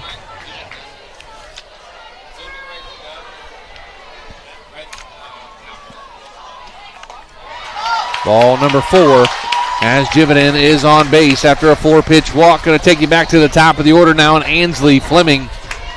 It's been Jaylene Jimenez's show with Fleming today. All 3 times she's hit it to third base, a ground out to third base, an error by Jimenez, and then another infield single as Jimenez fielded it, but Fleming was 3/4 of the way down the line by the time that Jimenez got her hand on it. So that was going to be a base hit. Fleming doesn't really run up in the box as a lefty, as a slap hitter, but that's kind of what her approach is with the bat. All 3 of them, that's been the exact MO, is just beating it straight down into the turf and hoping it gets a good hop, or on purpose, intentionally trying to get the right hop that she wants. First pitch outside to Fleming for ball number 1. Runner on first is Jividan after a walk. 1 out, top of the 6th inning. 4-4, Garaway and Gibsonburg. Bunt down the line, Jimenez fields it, picks it up, fire, nope, hangs on to it, puts it in her pocket, and that's going to be a bunt base hit for Fleming as the Lady Golden Bears in business now with runners on first and second with only 1 out, top of the 6th inning. Going to bring in Cheyenne Reese. Now you might an RBI single to right field her last time up. Now you might say for Jimenez, why didn't she try to throw that? But honestly, it might have been the smart play. Fleming was moving so fast down the line, and with 1 out, tie ball game, crunch time, top of the 6th inning, you do not want to force anything. You've got to set up here still for a double play ball. You still got to set up for, get the lead runner at third. Honestly, probably the right defensive play. Fleming has some serious wheels getting down the line. So Cheyenne Reese, just like Fleming has went to third base every time up, Reese has went to right field every time up. So we'll see where Cheyenne Reese takes it. She had an RBI single to right field, a fly out to right field, and another single to right field. I know we are a country music station we're broadcasting on, but some Van Halen during a timeout, I'll take it. Little Van Halen and jump. Now the first pitch to Reese. Inside for ball number 1. And this is where, for Miller, only being a sophomore, this is where the pressure really starts to mount. You just got to hope that she, does the same thing she's done all year, which is just walk in there, execute your pitches, let your defense pick you up. Like that one. That'll be a little bit low for ball number 2. See, I couldn't see that correctly. Apparently it was low. Like we said, we can see inside, outside. We cannot see north-south. Looks like Reese right on top of the plate. 2-0 pitch. Swung on, driven in between the shortstop and third baseman into left field for a base hit. As the left fielder, Kayla Miller, gets it back into true tango. That's going to load the bases now for the Gibsonburg Lady Golden Bears as Ava Amore steps in. Jimenez was hugging the line at third, and it was just hit so sharply. I don't even know if she really had time to react to go for it. That's going to be a hard play for any third baseman to try to slide over to their left to make that grab. Amore is a 2-for-3 day coming in here. This is probably not the bat for the Golden Bears you wanted to see if you're the Pirates. 2-for-3 on the day. Bases full of Golden Bears. Inside for ball number 1. Audrey Miller in need of a strikeout or a double play here to get out of the inning to keep the Golden Bears off the board. Tie ball game here, top of the 6th inning, tied at 4. 1-0 pitch going to be high for ball number 2. Not that this is the conventional way to turn two, but if you've been watching the Women's College World Series, it was Texas that turned, I think it was a 6-2-3 double play twice. I did see that. Wouldn't be a bad idea here if you can do it. Would not be. Now the 2-0 pitch. Swung on, popped up in the infield. That's going to be in foul territory. Glazier over. She cannot come up with it. Did not touch it, did not hit her glove. So it's going to be a foul ball and strike number 1. That would have been in fair territory. That would have been a infield fly rule, but it did drift into foul territory. So the count now at 2 balls and 1 strike as Glazier just cannot come up with it. The wind probably wreaking havoc on the ball up in the air. Just above the roofing here. Wouldn't surprise me if that's doing some funny things to the wind. Ground ball to Miller. She's going to come home with it out at the plate. Nice play there by True Tango as she fires home to get the out for out number 2. It was a great job over there from shortstop in Tango, but I'm going to give credit also to Connor behind the plate solely for the fact that she could have thought about turning 2 there. Instead, on the low throw, made sure she corralled it, scooped it off the turf, and made sure her foot was on home plate to get the sure out. So if you're scoring at home, that goes a fielder's choice 6-2 for the second out of the ball game, or of the top of the 6th inning. Bases remain loaded, though, with 2 outs now as Leah Hall steps in. She is 0 for 2 on the day with a walk and a strikeout. First pitch taken for a ball.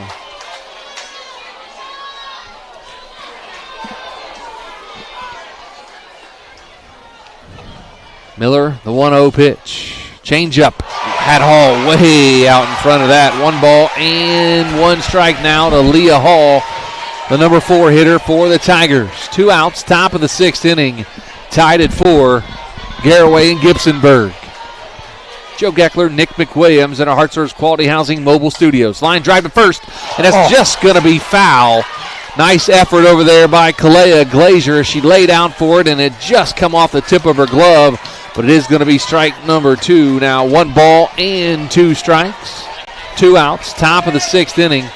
Bases full of Lady Golden Bears. 1-2 pitch, changeup, going to be in the dirt for 2 balls and 2 strikes now. Count even. I really don't know, for Hall's sake, that's a great piece of hitting because that thing, it hangs for so long before the bottom drops out, and that looks like eye candy. Now the 2-2 pitch. Just high for ball number 3. Runs the count full to 3 balls and 2 strikes. Audrey Miller, no place to put her. Going to have to bring something here to the number 4 hitter, Leah Hall. Payoff pitch. Strike 3 called! The Pirates out of the inning. Bases left full of Lady Bears. Head to the bottom of the 6th. The Pirates and Lady Golden Bears tied at 4. Back after this on Z Country 99.9. You know what's better than a limited time deal? An unlimited time deal. That's why the Wendy's $5 Biggie Bag with a Junior Bacon Cheeseburger, 4-piece nugs, Junior Hot and Crispy Fries, and small soft drink is available all the time. Because the best time for fresh, never frozen beef and Applewood smoked bacon is all the time. Duh. I feel like I'm repeating myself a lot. For the best deal of all time, gotta be Wendy's. Unlimited time does not mean forever. U.S. price and participation may vary. Prices may be higher in Alaska, Hawaii, and California via third-party delivery. Fresh beef available in the contiguous U.S., Alaska, and Canada. Are you ready to make a difference in a young person's life? Big Brothers Big Sisters of East Central Ohio has 88 children waiting for a mentor. As a mentor, you will spend as little as 4 hours a month with your little, guiding them, listening, and helping them discover their full potential. Your time and your kindness can change the course of their future. By becoming a Big, you're not just volunteering, you're defending the potential of a child, giving them an opportunity to dream big and reach higher. Visit www.bigs4kids.com to sign up and help us make sure that no child has to wait. Big Brothers Big Sisters of East Central Ohio. Defend the potential and become a Big today. Firestone Stadium, bottom of the 6th inning, tied at 4. Audrey Miller strikes out Leah Hall to end the top of the 6th inning with the bases loaded and got out of that inning with no runs allowed to score, Nick, as the game remains tied at 4. The Pirates coming up, they have a little bit of the momentum now. Well, we talk about location and moving pitches and not letting anybody lock in on eye level. She gave some stuff low in the zone. She gave some stuff on the outside, went to the up and away part of the plate. And, there was no complaints from Hall. I mean, she was upset she struck out, but once she turned and saw the catcher's glove, she knew it. I mean, this has just been the way that Miller has been able to do after giving up some of those runs earlier on. She is locked in. She's moving the ball around. It's exactly what you want, but not necessarily expect from a sophomore pitcher. Now the first pitch to Nadia Pope right down Broadway, strike number 1. Pope on the day 0 for 2. She grounded out a 1-4-3 and a line out to the third baseman. Third baseman over there. That was a Moore. Line drive, base hit into left center field. That's going all the way to the fence. Touches first and headed to second is Nadia Pope. A double for Nadia Pope here to start the bottom of the 6th inning with nobody out for the Garaway Pirates. It's kind of almost like a setup at bat for Pope. She watched the first one right down the middle, and Wofford went in the exact same location. You cannot hit the ball more on the screws than Pope just did. Nadia Pope with a leadoff double as Dennis Koschmeter going to bring in a courtesy runner, I would imagine, for Nadia Pope, if I had to guess. It would probably, well, no, I don't know who it would be. See who it's going to be. Where's my... we haven't seen anybody come out of the dugout lineup yet. If I had to guess, probably going to be maybe Zoe Jump, number 3. And it's going to be Molly Miller. So Molly Miller going to run for Nadia Pope as a courtesy runner, but Nadia Pope is a designated player. Everybody can re-enter one time. So we'll see what happens. I'm sure Nadia Pope will come back in, but Molly Miller now running for Nadia Pope at second. Wow, that's a Nick McWilliams look if I've ever seen one. Harrison looks a lot like you, man. I'm going to have to, that just means that's just a picture I'm getting that says, hey, Dad's going to have to give him a bath when he gets home. Yes. Yes, you will. So Jaylene Jimenez steps in. She's flown out to right field and struck out looking. Be ready for the bunt. Line drive into right center field. That's going to get down, and that's going to be a run scored by the Garaway Pirates as Jaylene Jimenez doubles in. Molly Miller from second base. The Pirates lead 5-4. Jimenez struck out looking her first time up, flew out to right. You remember she jumped hard on that one that she flew out to right. This time, a little bit more threw it with the hands and just drove it perfectly into right center. We got another mound visit upcoming. As you can take a look when we have our YouTube live stream posted later on a replay, that gap finder from Jimenez has Garaway leading 5-4 in a state semifinal. And again, that's 2 back-to-back balls that are hit right on the screws, Joe. So Jaylene Jimenez with a line shot into right center field gets Molly Miller in from second base. Going to bring up number 19, Kalea Glazier, the first baseman. She struck out both times today. But the Pirates have the lead here in the bottom of the 6th inning, 5-4. Nobody out. Still got a runner on second. Jimenez, a little bit of speed out there. That name sounds familiar to Garaway fans. That's the younger sister of Jalen Jimenez, the Garaway running back / linebacker on the football team.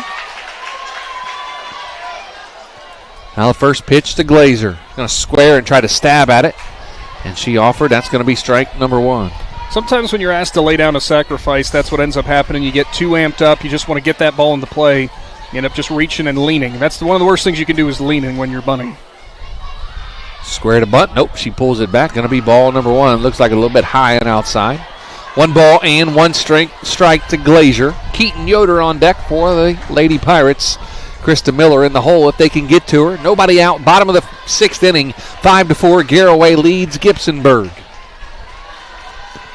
Now the 1-1 pitch. Square to bunt. She gets it down this time. Bunts it right in front of the plate. Picked up by the catcher, and she is going to be out. It looked like a double bunt down here. That's exactly what they're talking about, and I think that's what happened. I thought it hit the bat twice. And that's what the first base umpire's actually telling Blue at home now, because if that's the case, Jimenez got to go back to second. And that's going to be a foul ball. It hit it twice. It's going to be a foul ball. It would be a dead ball foul, yeah. It's going to be a foul ball. I was kind of trying to flag you down to show this. You could see it change directions after it came I thought it did. I just continued on with the play thinking I was going to talk about that if they didn't call it, but the officials got together and called it. And this is the perks of having a 4-person crew out there. Everybody can get together and get the call right. So 1 ball, 2 strikes now to Glazier. The 1-2 pitch. Swung on, driven out to center field. Center fielder coming on, makes the catch. And that's going to be out number 1 here in the bottom of the 6th inning as Jimenez stays put at second base. It's kind of a frustrating day for Glazier at the plate. She finally gets good contact on something, but just underneath it. Nothing hurt at all, though. 1 out. Runner still in scoring position. Now I'm going to bring in number 20, Keaton Yoder, the second baseman. She has walked. Got her for a walk and a single single so far here today. First pitch is going to be strike number 1 to Yoder.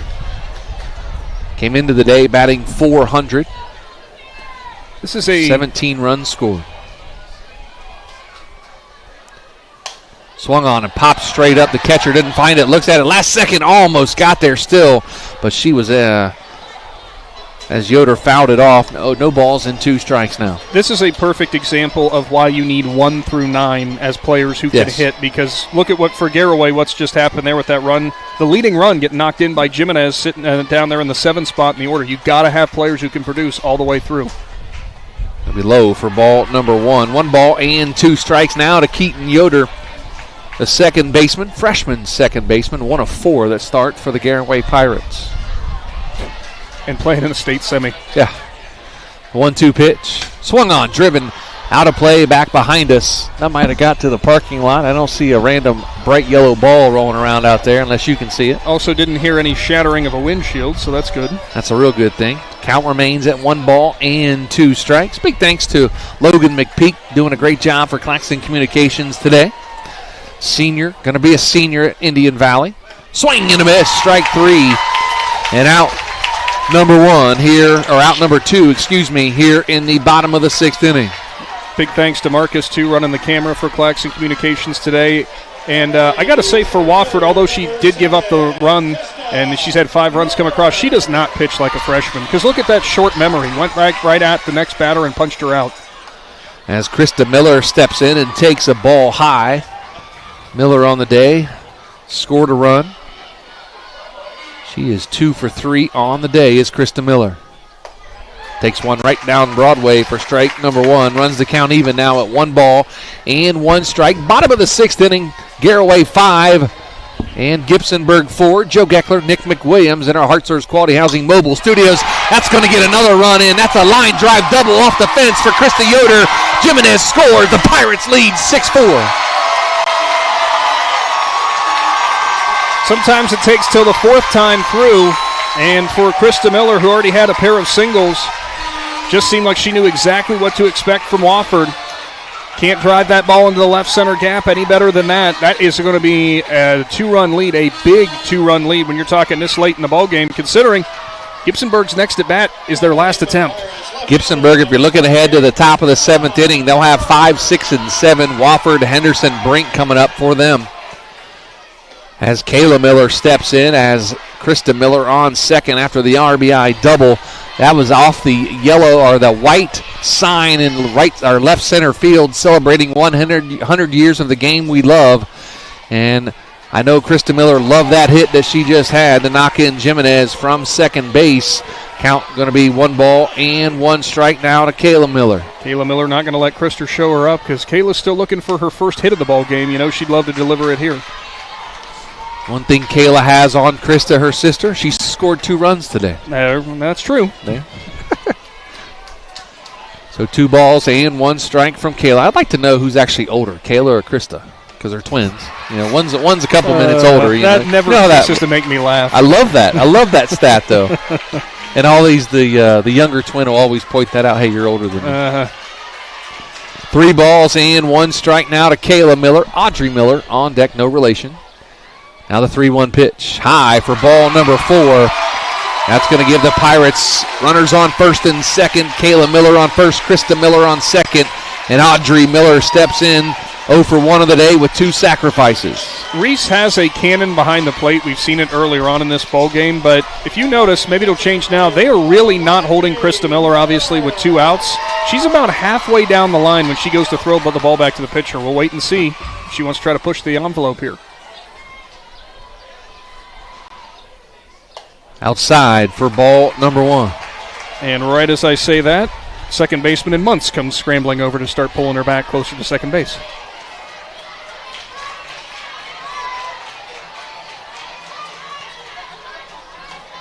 Be high for ball number 2.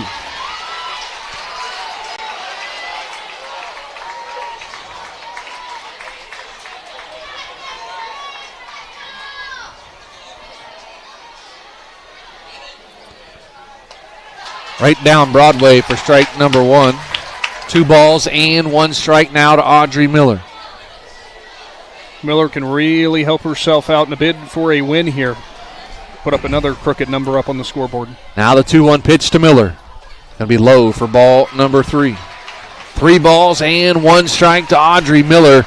Runners on first and second. The freshman True Tango on deck for the Lady Pirates, who lead 6-4. Bottom of the 6th.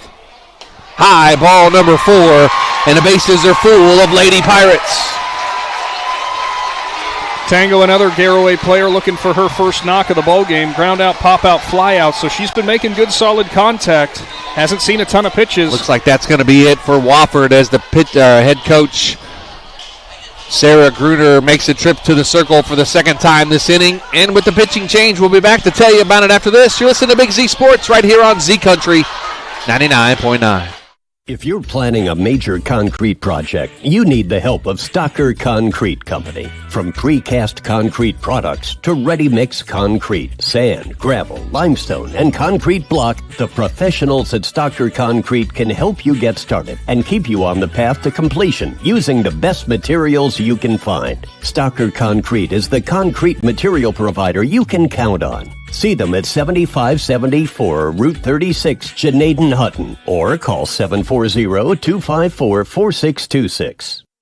Located right off 39 east of Sugar Creek Cartage Company is a family-owned and operated business since 1953 and are looking for qualified Class A CDL flatbed drivers. They offer competitive pay and great benefits like paid family insurance at no cost to employees. At Sugar Creek Cartage Company, they are big on family comes first, and you are more than just a number. Contact Ashley Rodocker Monday through Friday, 8:30 to 4:30 at 330-852-2213. Go Pirates!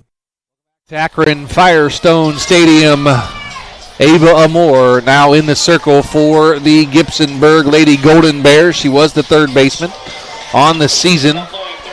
Amore for the Lady Golden Bears was 10-3 with a 1.92 ERA, so she's pitched quite well this season for the Golden Bears. The only thing is, this is quite the pressure situation to come in. You just need one more out to stop the bleeding here. You cannot allow any more runs to come across this inning, trailing by 2 with your last chance at the plate upcoming. Now True Tango steps in, takes one outside for ball number 1. Bases full of Lady Pirates. Bottom of the 6th inning, 2 runs already in for Garaway. They lead 6-4, Division 6 state semifinals.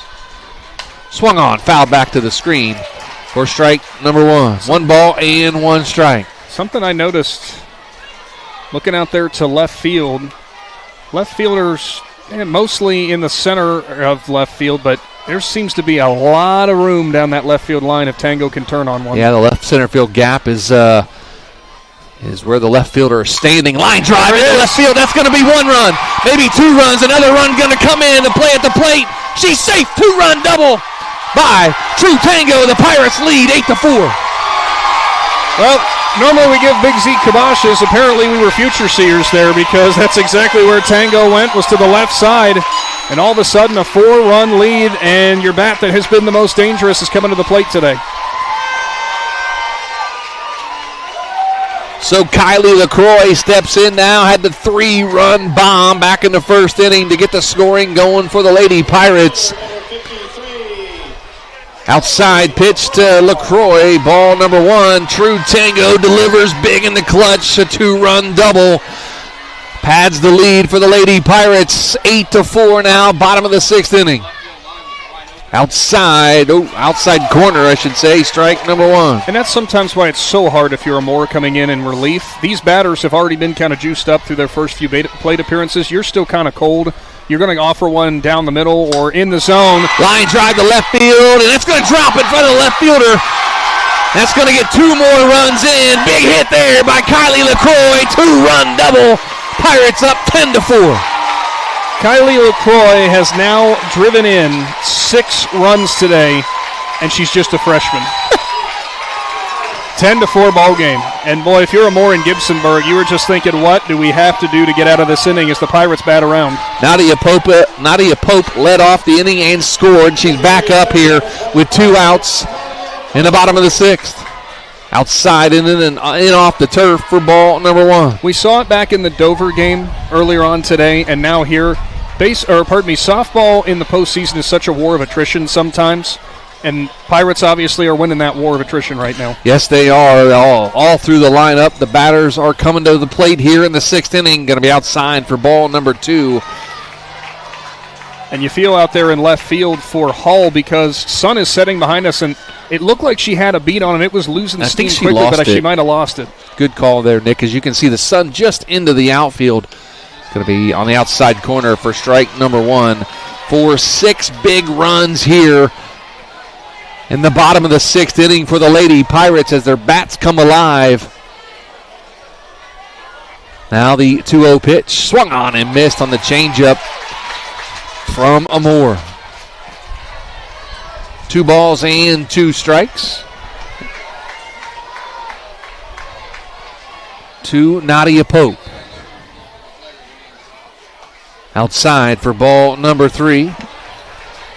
Logan McPeek, I think, over there trying to give us an idea who we're giving player of the game if this score stands. I think we already know, though, Nick, don't we? Don't spoil anything yet. I mean, there's a lot of people that are in the running for it. Pirates have come alive here in the 6th inning. Line drive over the head. Oh, what a play by the shortstop Fleming as she goes back and leaps and makes the catch. But 6 big runs for the Lady Pirates. We head to 7th inning. The Pirates 10. The Lady Golden Bears 4. Back after this with Big Z Sports on Z Country 99.9.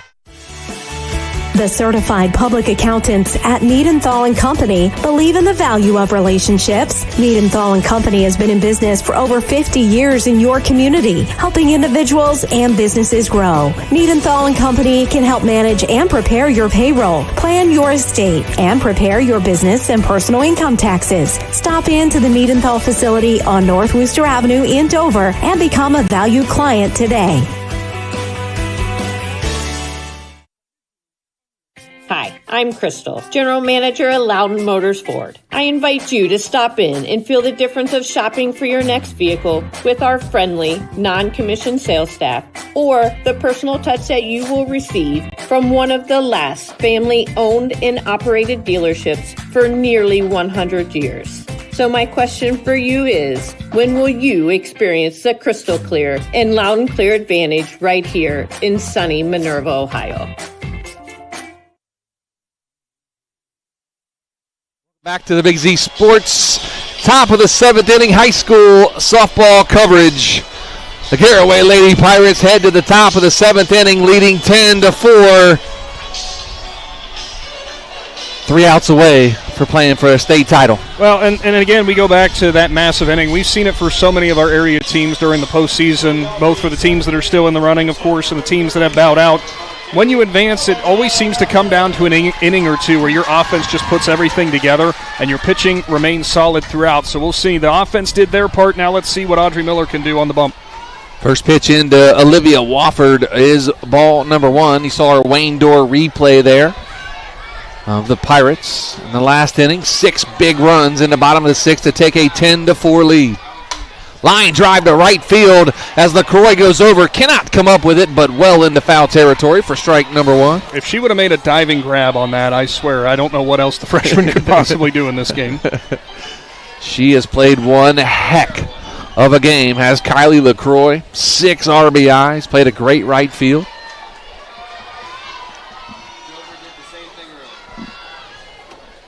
Oh, just outside for ball number 2.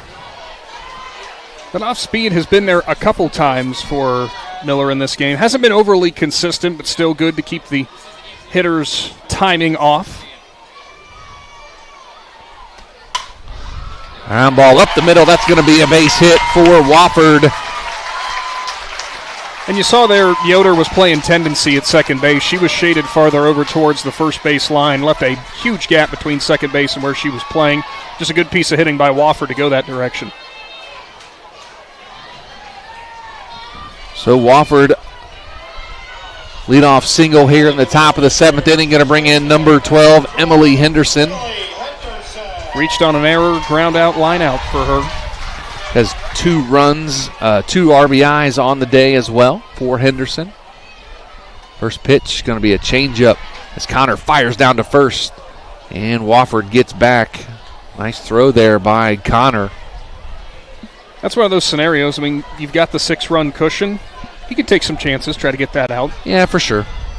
Still don't want to play throw the ball around, though. No, you do not. Inside for ball number.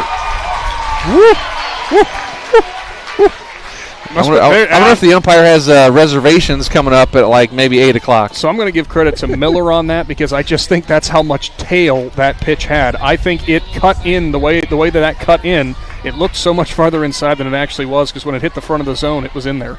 1 ball and 1 strike now to Henderson. Outside. Ooh, must have been low because that was on the plate. Must have been low. 2 balls and 1 strike now to Emily Henderson, the first baseman. Now the 2-1 pitch. Swung on, grounded to shortstop. Tango steps on second, fires the first.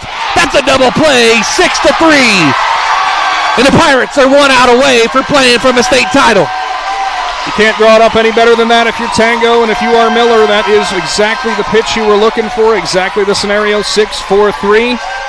Golden Bears down to their last out. It's Brink. She struck out twice and popped out in this game. So Mia Brink steps in, like Nick said, 0 for 3 on the day, 2 strikeouts and a pop out. I'll take that back. It's a 6-3 double play. 6-3 double play, yep. She took it herself, stepped on second, fired to first. Nice dig out over there by Kalea Glazier.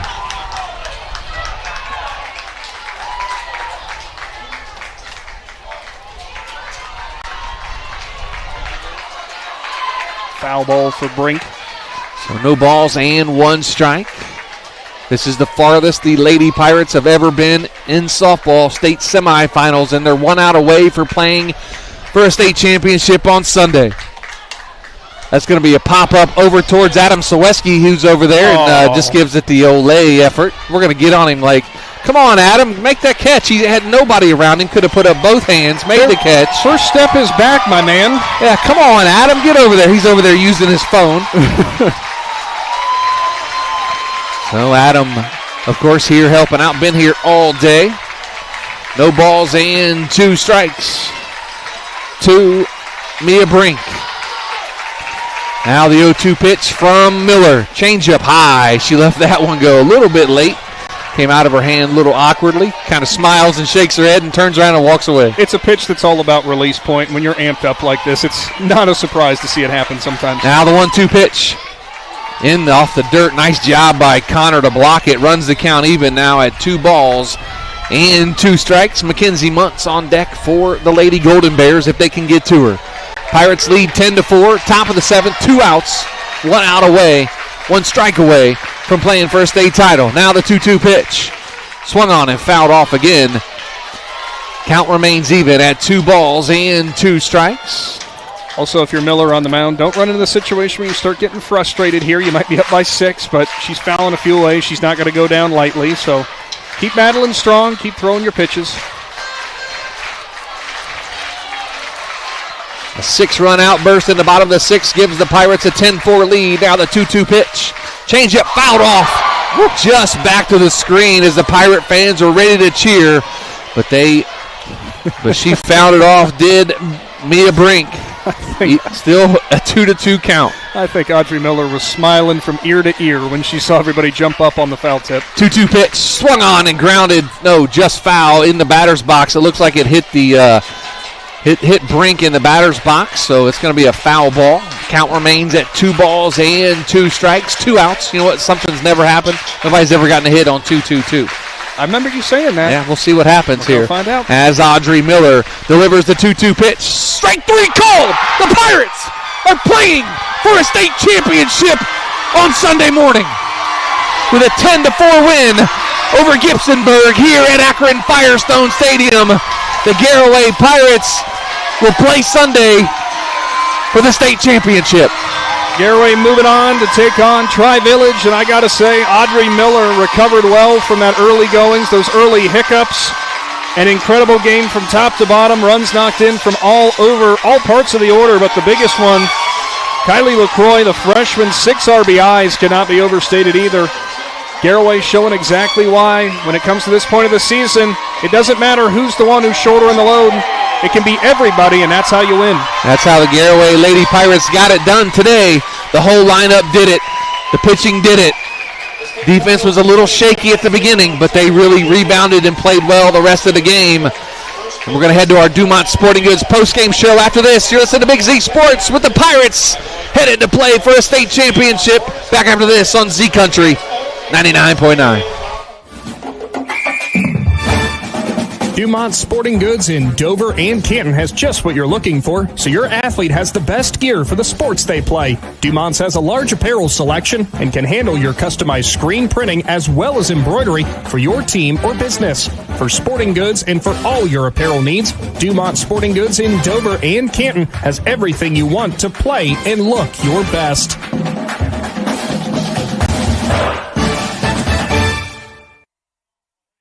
As a parent, a high school sports season can be exhausting. From traveling to games, eating on the run, getting to bed late, and oh yeah, still working your 9 to 5. After all that, you need to unwind, and there is no better way to do that than at one of the 10 lakes operated by the Muskingum Watershed Conservancy District. The opportunities are endless with things to do, plus the option of primitive tent camping or treating yourself to glamping in one of their cabins. See all the Muskingum Watershed offers by finding them at mwcd.org. TMK Valley Propane is embracing remote tank monitors. Are you tired of going outside to check your propane tank or forget to order your propane on time? TMK Valley Propane now provides reliable remote tank monitoring technology. Let TMK Valley Propane take the worry away, provide timely delivery, and never run out of propane again. Thank you for your trust in TMK Valley Propane. All the way with TMK, service with a personal touch. We're headed to the state championship game on Sunday with a 10-4 win over Gibsonburg here tonight in the Division 6 state semifinals at Akron Firestone Stadium. We're in our Dumont Sporting Goods postgame show. Joe Geckler, Nick McWilliams in our Hartzler's Quality Housing mobile studios. And Nick, the Lady Pirates put 6 on the board in the 6th inning to blow this game open and get the win here tonight. And they did it all up and down the lineup as they scored 6 big runs in the 6th inning, and, of course, the day started by Kylie LaCroix with a 3-run home run in the 1st inning, and she tallied 6 RBIs on the day, did Kylie LaCroix.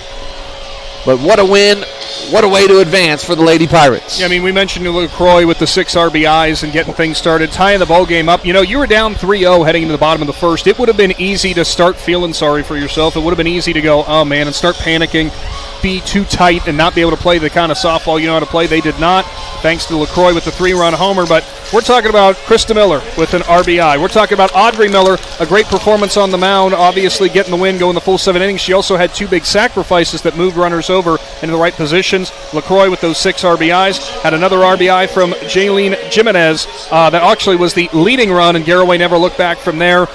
Hits by a whole bunch of different Pirates. Great defensive plays after some errors to start things off. Overall, you count that as a full team victory for Garaway. Absolutely, and the Pirates advance to their first ever state championship appearance on Sunday. They will play Tri-Village, who knocked off Dalton in the first game 1-0 with a run in the 1st inning that held up.